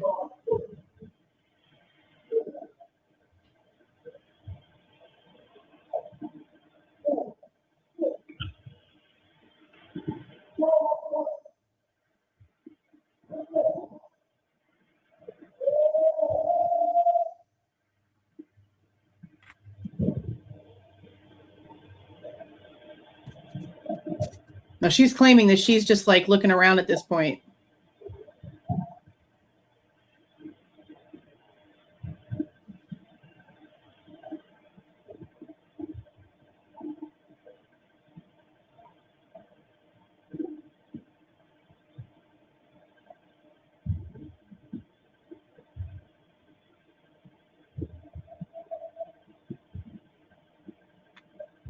Yeah, I don't know what they did. We have to also consider the fact that it wasn't until 11/19 that Mowry actually had this in evidence. 6 days later. In between all of that, Jack DeCore gave access to the Goncalveses the same night. All these other people were logging into the remote access, looking into it. And again, like I said, I don't know if you log in, what kind of like admin powers you have in order to go in and make changes and do things to the recording. I don't know. I've never used that brand. I have no idea. So considering so many people had their hands in it, there's like no telling what they did or could have done minus what the cops could have done. But this is the raw footage downloaded, put into my editor just for me to take the volume from 100 to 200 and then download it in 4K. Nothing else. So, I mean, that's 6 days. 6 days of them, who knows what. On the 19th, they finally get it into evidence. And then when it was sent to me, the file folder date for the last touch date of the file was 11/21/22. So I'm thinking like, okay, if this version here y'all didn't touch since the 21st of November 2022, then where's all the rest of the versions? Like where's all the rest of the copies and all the different extractions and all these other things? Because if you go in and you look at all of the documents, there's probably like at least a dozen copies of this damn footage. And we're still waiting to hear from Chief Dollinger about Ann Taylor claiming in 2024, oh, now we have everything, so item 11 doesn't need to be discussed now. We've got everything when it comes to this footage because we have no sound. And that was her original argument. So either the sound not being there is so normal and there's nothing that can be done about it because that's the original and how it actually came out and that's what Ann Taylor is agreeing to, or she does actually have sound here. And again, that damn timeline that's in the book that he's claiming came from the Idaho State Police and the Moscow Police Department has a timestamp of 2:16 and 2:17, hearing shit in spaces where we don't have sound. And magically, Chief Dollinger is out the week I'm asking questions. Of course he is.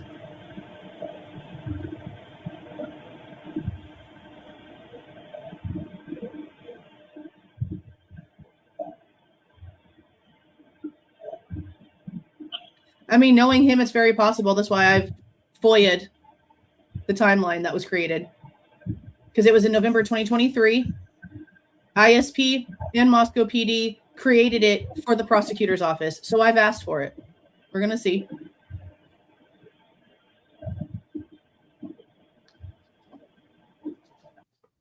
They were logging in on an app.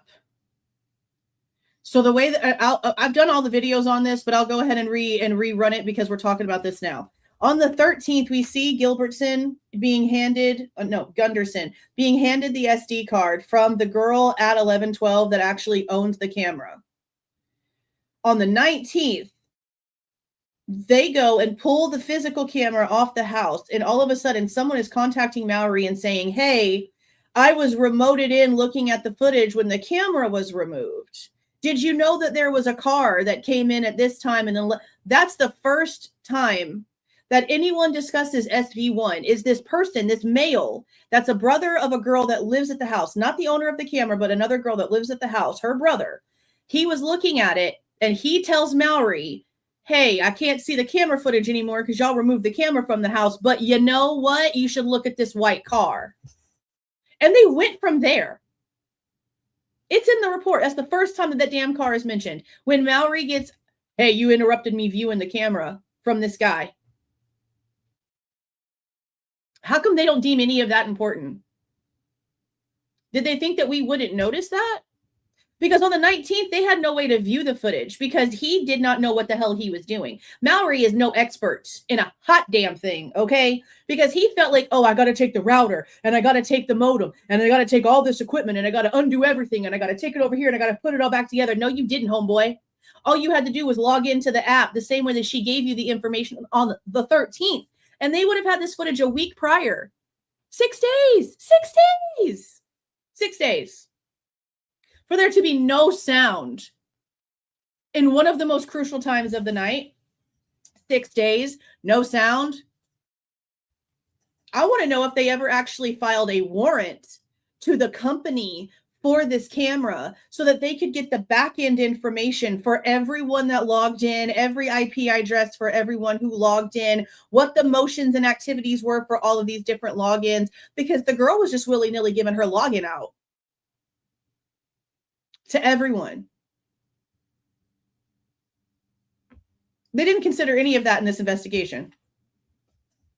That would have been one of the big things if I were Ann Taylor that I would have been throwing a fit about. What do you mean you didn't take the damn footage in for 6 days? What do you mean everybody and their mama and their mama's mama had access to this footage and knew about the SV1 car before y'all even had it in y'all's possession, the footage being in your possession? What do you mean?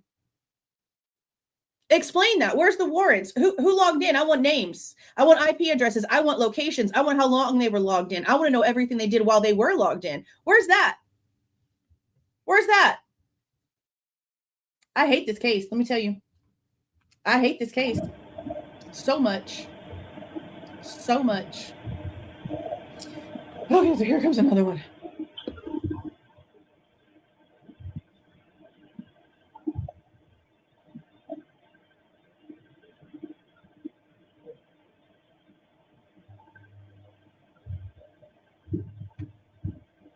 Still hearing music, which matches with what Dylan said about hearing music and Kaylee and the dog being, dancing around and blah, blah, blah, whatever. Some people think it might have been Xana and Murphy, but we don't know. Everything's up in the freaking air. We have no idea.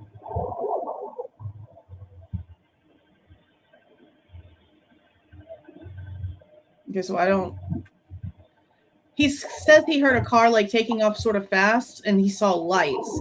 So if you see lights, does that mean that you're outside? Did he say he was outside? Yeah. So he's claiming he was outside at 3:45 and saw lights and heard a car start. Let's see if we can hear a car start. Because we know we hear a car start. We know that there's a car that takes off fairly quickly around 4:20, 4:21-ish, 4:20.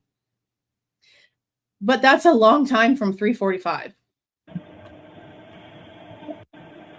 Do we hear a car start?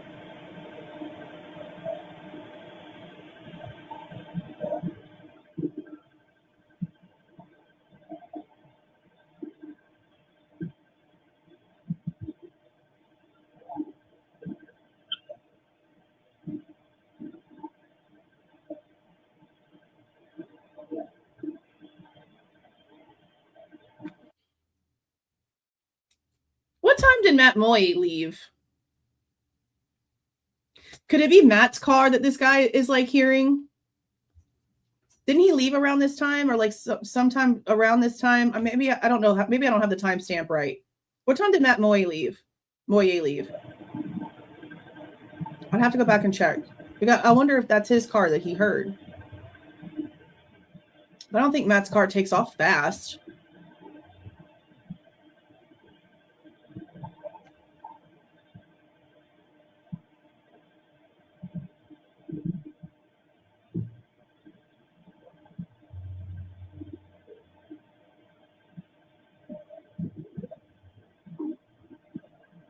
He leaves closer to 3?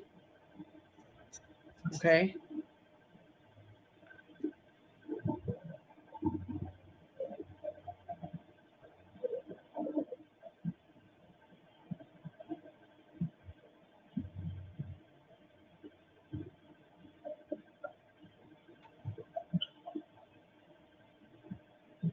I know that when Matt leaves, we see his headlights turn on over here, and then we sort of like see the car take off. I just can't remember the exact timestamp. I don't hear a car starting.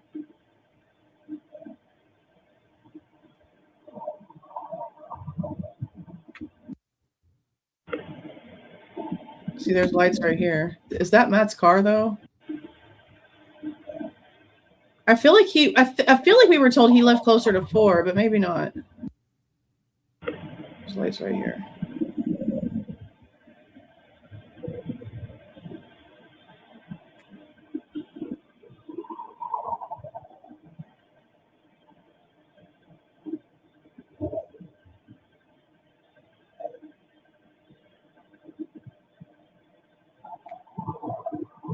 So that car just took off.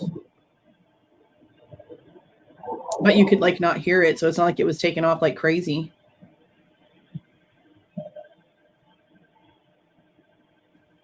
Okay. That seems late.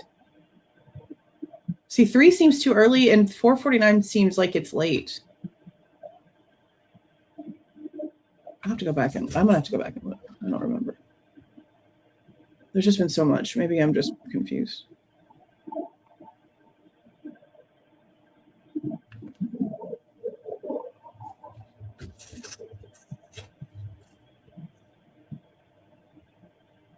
Oh, is that why they go to that side of the street?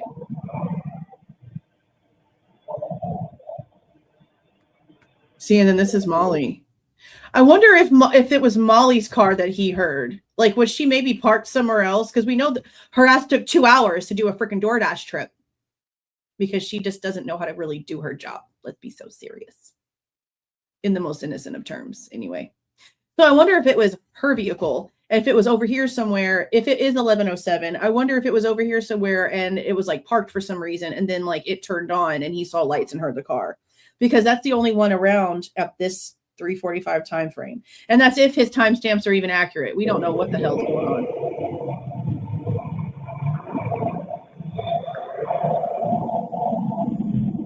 Now we know that all the way. Let's see. How long does it take before the other little car passes by?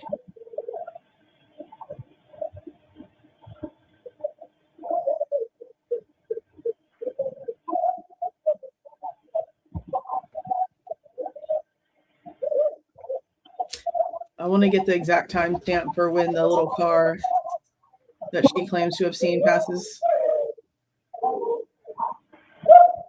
This is at 3x, by the way, so it's going to be crazy. I'm going to speed it up faster, too, because I just want to get to the point.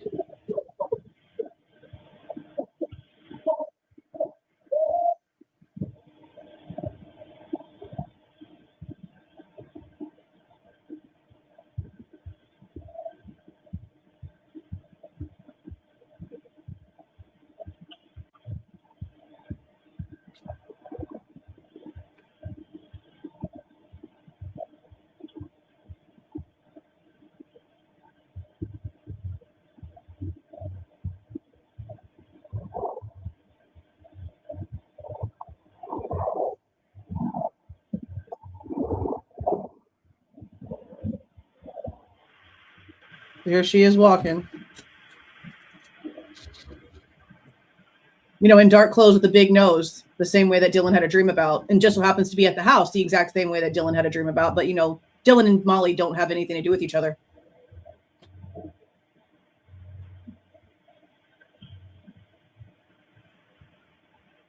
Okay, so at this point, she's just about to drive to the back parking area, and then she's going to get out with her dog and walk down back towards the dumpster spot as this car passes her up. So here it is right there. That's 353. A car passes. Oh, I'm slowing it down. I don't want to do that. Back to normal. 353.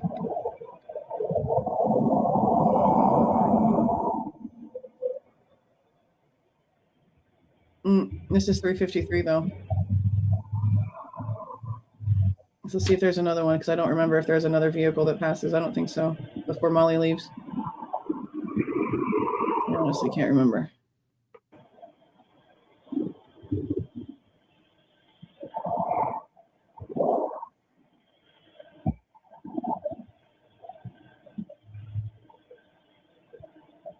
I don't think we know that, Mark.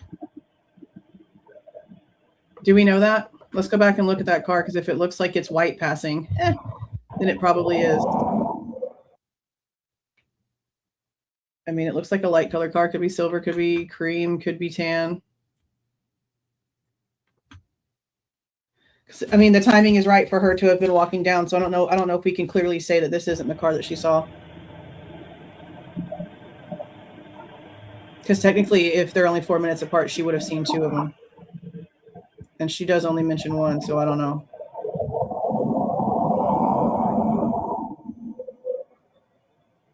Okay, so there's 53. Speed it up.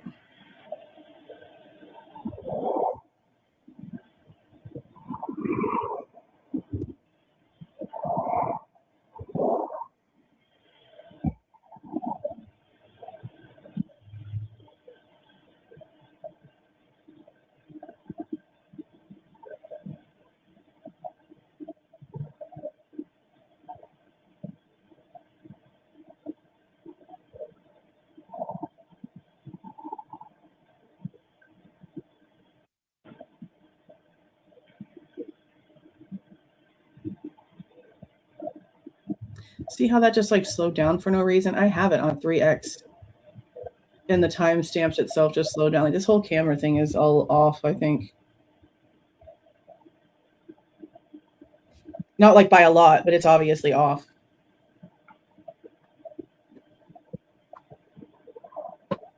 Okay, so here comes this 56 car. This is the one that they believe is SV1. I think it's the I think this is the cop car.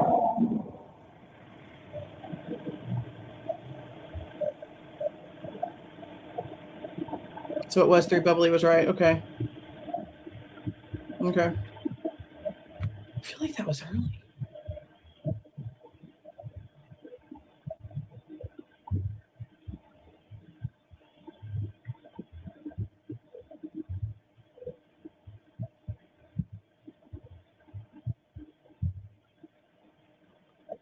So there's the lights of Molly coming back down to the spot. And then this is this car. Okay, so then there's that one, which is probably the 7 car. But see, this could be the cop, or this could be somebody picking up someone. Because it's an in and out type situation. It could easily be like someone getting a ride the hell out of Dodge. I mean, they're basically coming in and leaving the same way that Eric did, like the fastness of the way that Eric Gower did. In at 56, out at 58. That's enough time to just pick somebody up and take the hell off.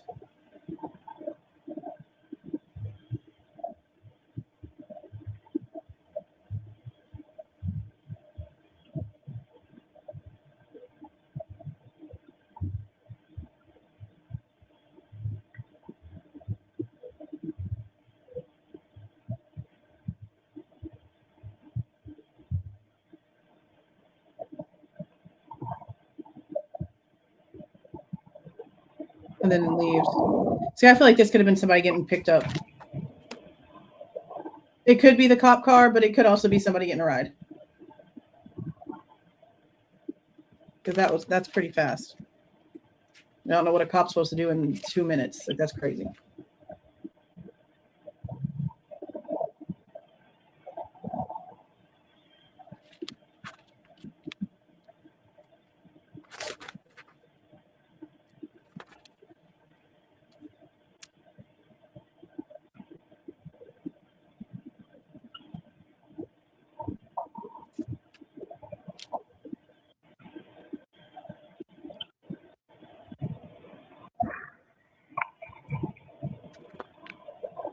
I was about to say, did we freaking miss Molly leaving? But it's the timestamp of the drop off at 3:59. She leaves after a minute or so after.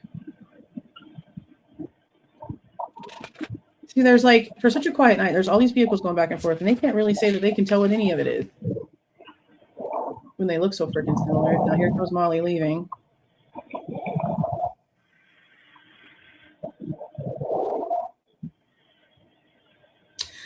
Yeah, I don't know. For him to say that he sees lights and then hears a car start. I know that there was another portion down here where I was kind of questioning some things. See if it shows up this way. Okay, right here I think is where it's at. Damn, I just saw it. Where was it? Like right before this car takes off, there's like lights or something over here.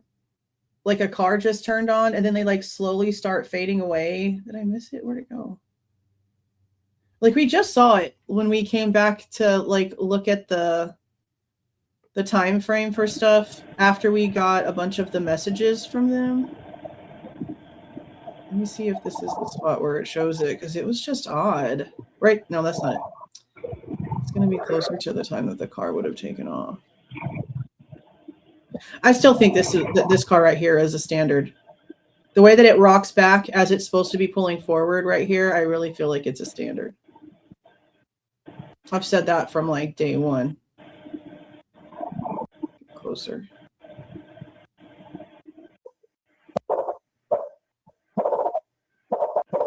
That's the dog barking. It's just real fast. Or a dog barking. Is it not going to do it right here? Maybe it was a different timestamp. Oh, right there. Okay. I found this really strange because of the timing. Because, like, we don't see what's happening behind this, right? We don't see anything about what's happening behind this. So when this light comes on over here and then it sort of just like kind of trails off, it almost makes me wonder if there's a vehicle in the White's parking lot that is picking up someone.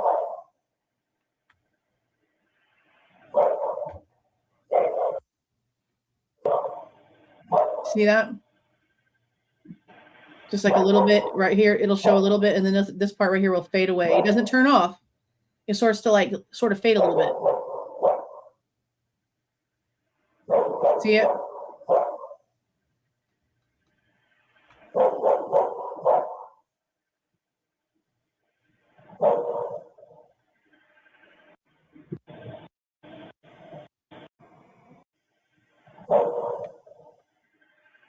And like, I don't think that this car would have been heard starting by this guy. I mean, because if so, his timing is off by half an hour, more than half an hour. Yeah, you can, because the live chat's at the bottom of the screen and what I just showed you is at the top up here.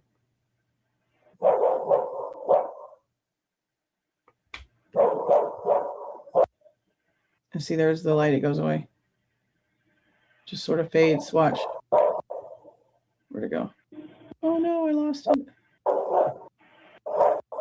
Right there. It's just going to like trickle away.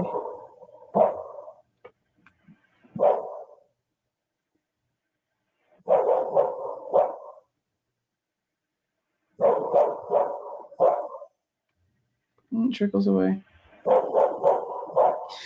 So I don't know where that car actually is, but the timing for it is odd. I mean, it would help a lot more if we could actually like figure out exactly where this guy lived. What about right here? Could he have lived like on this other side? Because like this is odd. I don't think I noticed this before. And then of course here's the car leaving, but we're done with this. Like it says 1107 when it faces King, but then this says 733 Taylor Avenue. So is this not the same house?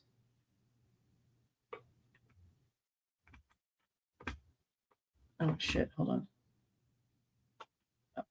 I have a freaking pin on my hand of my mouse, and now hold on, I gotta fix this. Oh my god, go back. What's happening? Oh my god. Hold on, let me put the little dude in there and see what it looks like, because it's probably all jacked up. Yeah. It doesn't let you see anything. I'm gonna have to go in and look at some other stuff to get a better view of what's back here, because this looks like a separate house right here. See, this is 733. On the map, it shows 733 on the top of that house. And then you go through this way, and there's this 727 Taylor. And see how it looks like this? It goes up, and this is like a top step. This could be a duplex house. Of course, I see it like jumps all stupid. I wonder if this is it. I wonder if it's this one or over here on this corner. Yeah, I just showed it to you. That's the one that you can see in the camera on 1119. That's the one that I just showed you. This is 1107 right here.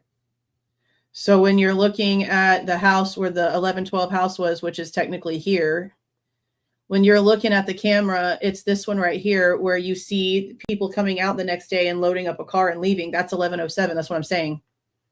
So it's either 1107 because this is two separate areas. This is an upstairs. This looks like it would be a separate spot. And then we have like this garage area.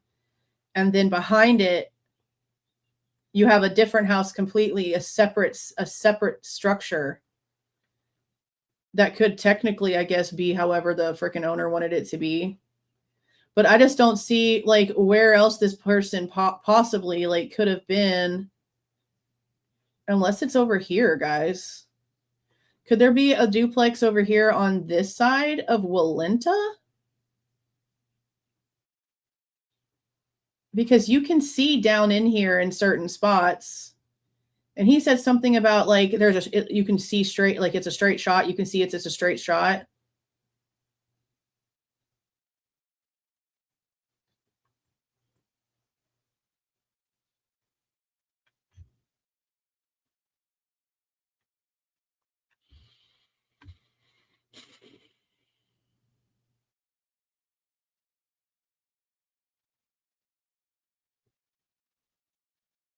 Could this be a duplex? Considered a duplex? And it's split horizontally instead of vertically? Because look, the two doors. You can see down in there. You can see down in there.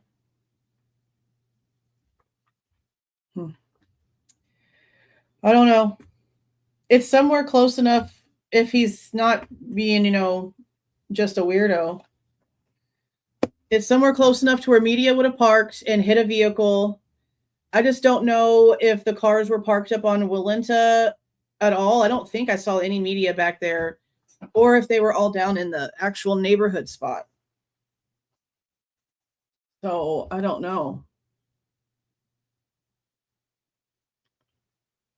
I don't know.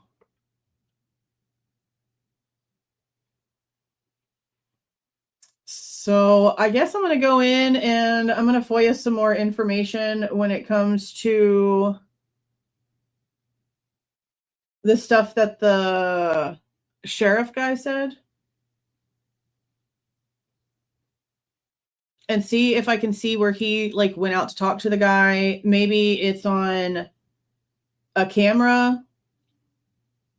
I'm not sure. I'm just not sure.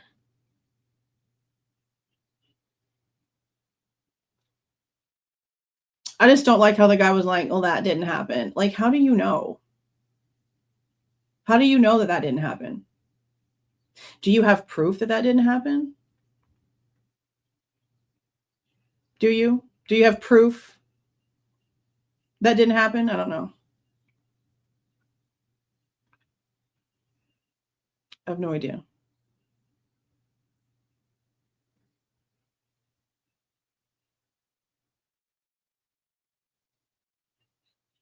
So I finally found the conversation I'm looking for. Mark, I don't know what the hell you're talking about when you're trying to say that I've shit on your information before. I have never shat on your information before. As a matter of fact, when you came out with the green car information, I'm the one that took up for you, telling everyone that you were the one who found the green car information and not the person that was actually getting all of the like fame for it. So no, I haven't. I don't know why you're in my chat acting like I don't think that you know what you're talking about when I've literally been out here and like given you props for it. So what are you talking about? Simply because I haven't seen something that you've done does not mean that I don't care that you're doing stuff or that I've shat on your information. So you should probably like rethink the way that you say stupid shit. Because that was really just like dumb.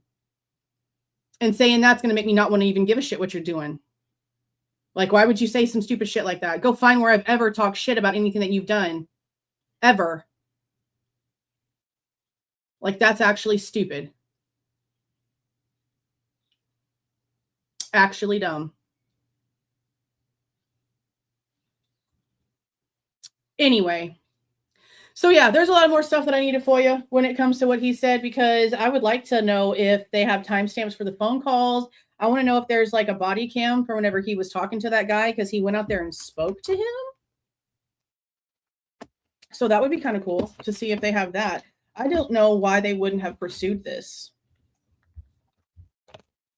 I don't know why they wouldn't have pursued this. That's actually crazy not to go in and do more when it comes to this person that apparently was in ATF gear walking the scene. Why wouldn't you want to go in and verify that some more? And you're just the sheriff. Like, you don't have any permissions to look at the body cam or anything like that. So to be like, yeah, that didn't happen. Like, that's crazy.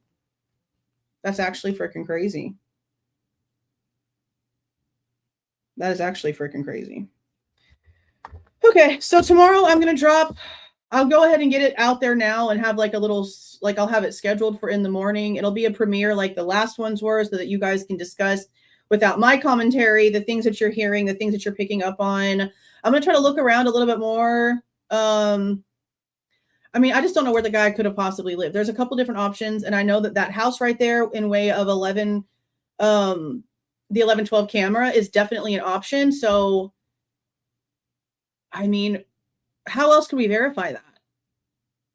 Besides, I guess, like asking for the 1120, I mean, for the 1112 footage from that time frame. Maybe.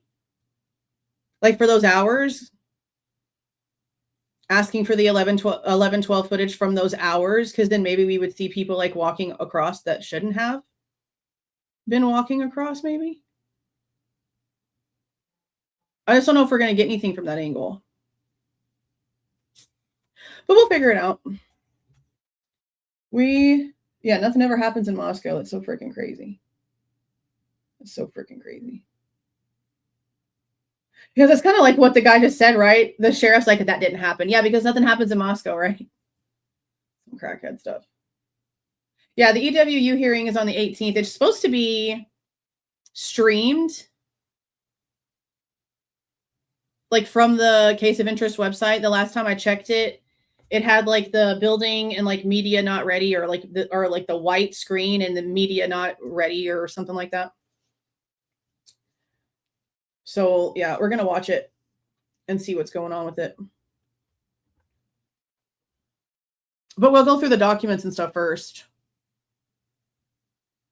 because there's a bunch of documents that Sarah put out that I haven't been able to go over yet. And I still want to sit there and I want to compare. I want to compare what we've FOIA'd and the answers that we've received compared to like what they've FOIA'd and the answers that they've received, because I'm pretty positive that they've probably FOIA'd stuff that we haven't. I'm sure they probably have. Oh, what did I miss over here? Oh, thank you for the 199, Christina. Twice. Thank you for the 199. What about the phone that was in Xana's car? They did go take a phone out of her blue Honda, huh? I wonder where that information is. Yeah, that's a good point. I need to go see, I guess, if they ever did a forensic download on it. There'd have to be a report for that. And again, we know that her phone was on the bed next to Ethan. And that it looks like Ethan's phone was on the floor next to Xana. I think they said by her left hand. And it looks like it had been like hit with a knife or hit with something. And there's like a big chunk of the phone missing. But yeah, that's a good question. The Apple Watch of Dylan's and then this other phone. Yeah, it's a good question. Oh, and thank you again, Lisa. I appreciate that. Thank you for the 5, Angel. I hope you all have a super great evening. I am going to be live later. I'm going to go get some of the information together that I saw. Oh, did he? Good.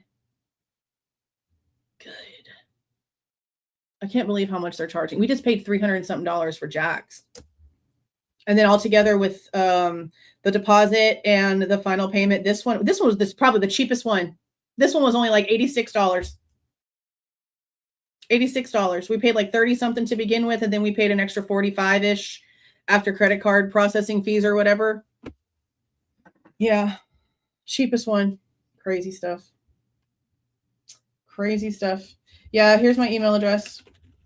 I'm going to take a break from the computer for a little bit, and then I'm going to get some stuff together. Once I have it majorly together, we're going to talk about that, because it does look like Ethan. So I'm going to get the footage out. We're going to look at it. We're going to look at the messages, because I'm telling you, if this is Ethan, and Steve Goncalves asked the Chapins very specifically, because this is it. This is the one, I believe. I'm going to verify. But I believe this is the segment where Brett Norton claims that she thought that there was like a mask or something on this guy's face. And that's what she's like sort of tripping out about in the messages. And she reiterates that when she's talking to Melissa Jade in the interview. I'm pretty positive this is the one. Because as soon as I saw that, I was like, he sent this to the Chapins, and they said that it didn't look familiar. But we also like to cover up shit. So who knows? Also, who knows if he even actually sent it over to Jim and Stacy? We don't know. We just know what he's saying. So we're going to look through that, which was not the plan. I was planning on doing chapter 6 tonight, but instead we're going to do this. So I'll drop, again, the raw footage for this interview tomorrow morning with the premiere so that you guys can take a look at that. And then I will not be live tomorrow because tomorrow's Mother's Day. And I know that you guys have a bunch of plans and other things to do. If I get like bored later on tomorrow night, like later on at night, I might go live on my second channel to start going over some of the UFO release stuff that came out. Because like, duh, they're out there, but can we actually get something that doesn't, reflect that you think we're stupid and don't know the difference between fake bullshit and whatever this is? So I want to go through that stuff. We might do that tomorrow night, just late night, can't sleep live, maybe over there. I don't know. We'll see. We will see. So I'm going to go ahead and get off here for right now. Y'all have a great rest of your day.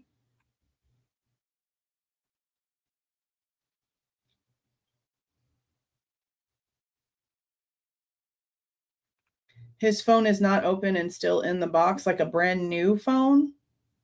Like brand new, just bought, not open, never used. I don't ever get on Instagram, but I guess I'll have to go and take a look. I really don't. Like, people think that I like follow their lives and shit, and that's why my name always gets mixed up when the Goncalveses do some dumb shit. I'm like, it's been a week since that happened, and I'm just now finding out about it. What are you talking about? Like, I don't follow them like that. I don't care about none of that stuff. Is it the phone? So is it the phone with the like piece missing? The phone with the piece missing? Is that what's in it? Like it actually has the piece missing from the top of the phone? I'll have to go check Instagram. Interesting stuff. Interesting. All right, you guys, I'm gonna get off of here. I appreciate y'all being in here. I'll go look at a few things and see what's going on with that. But y'all have a super great rest of your evening. I'll be back in a little while. I will be back in a little while. Let me just make sure that my outro is connected to this. All right, you guys, I'll be back. See y'all. If you like the way that I present this information and give my opinion, please don't forget to leave a like on the way out. Subscribe to the channel if you have not subscribed already. And please don't forget to make sure that the notification bell is set to all so you don't miss any of my rants, reviews, reactions, updates, or deep dives.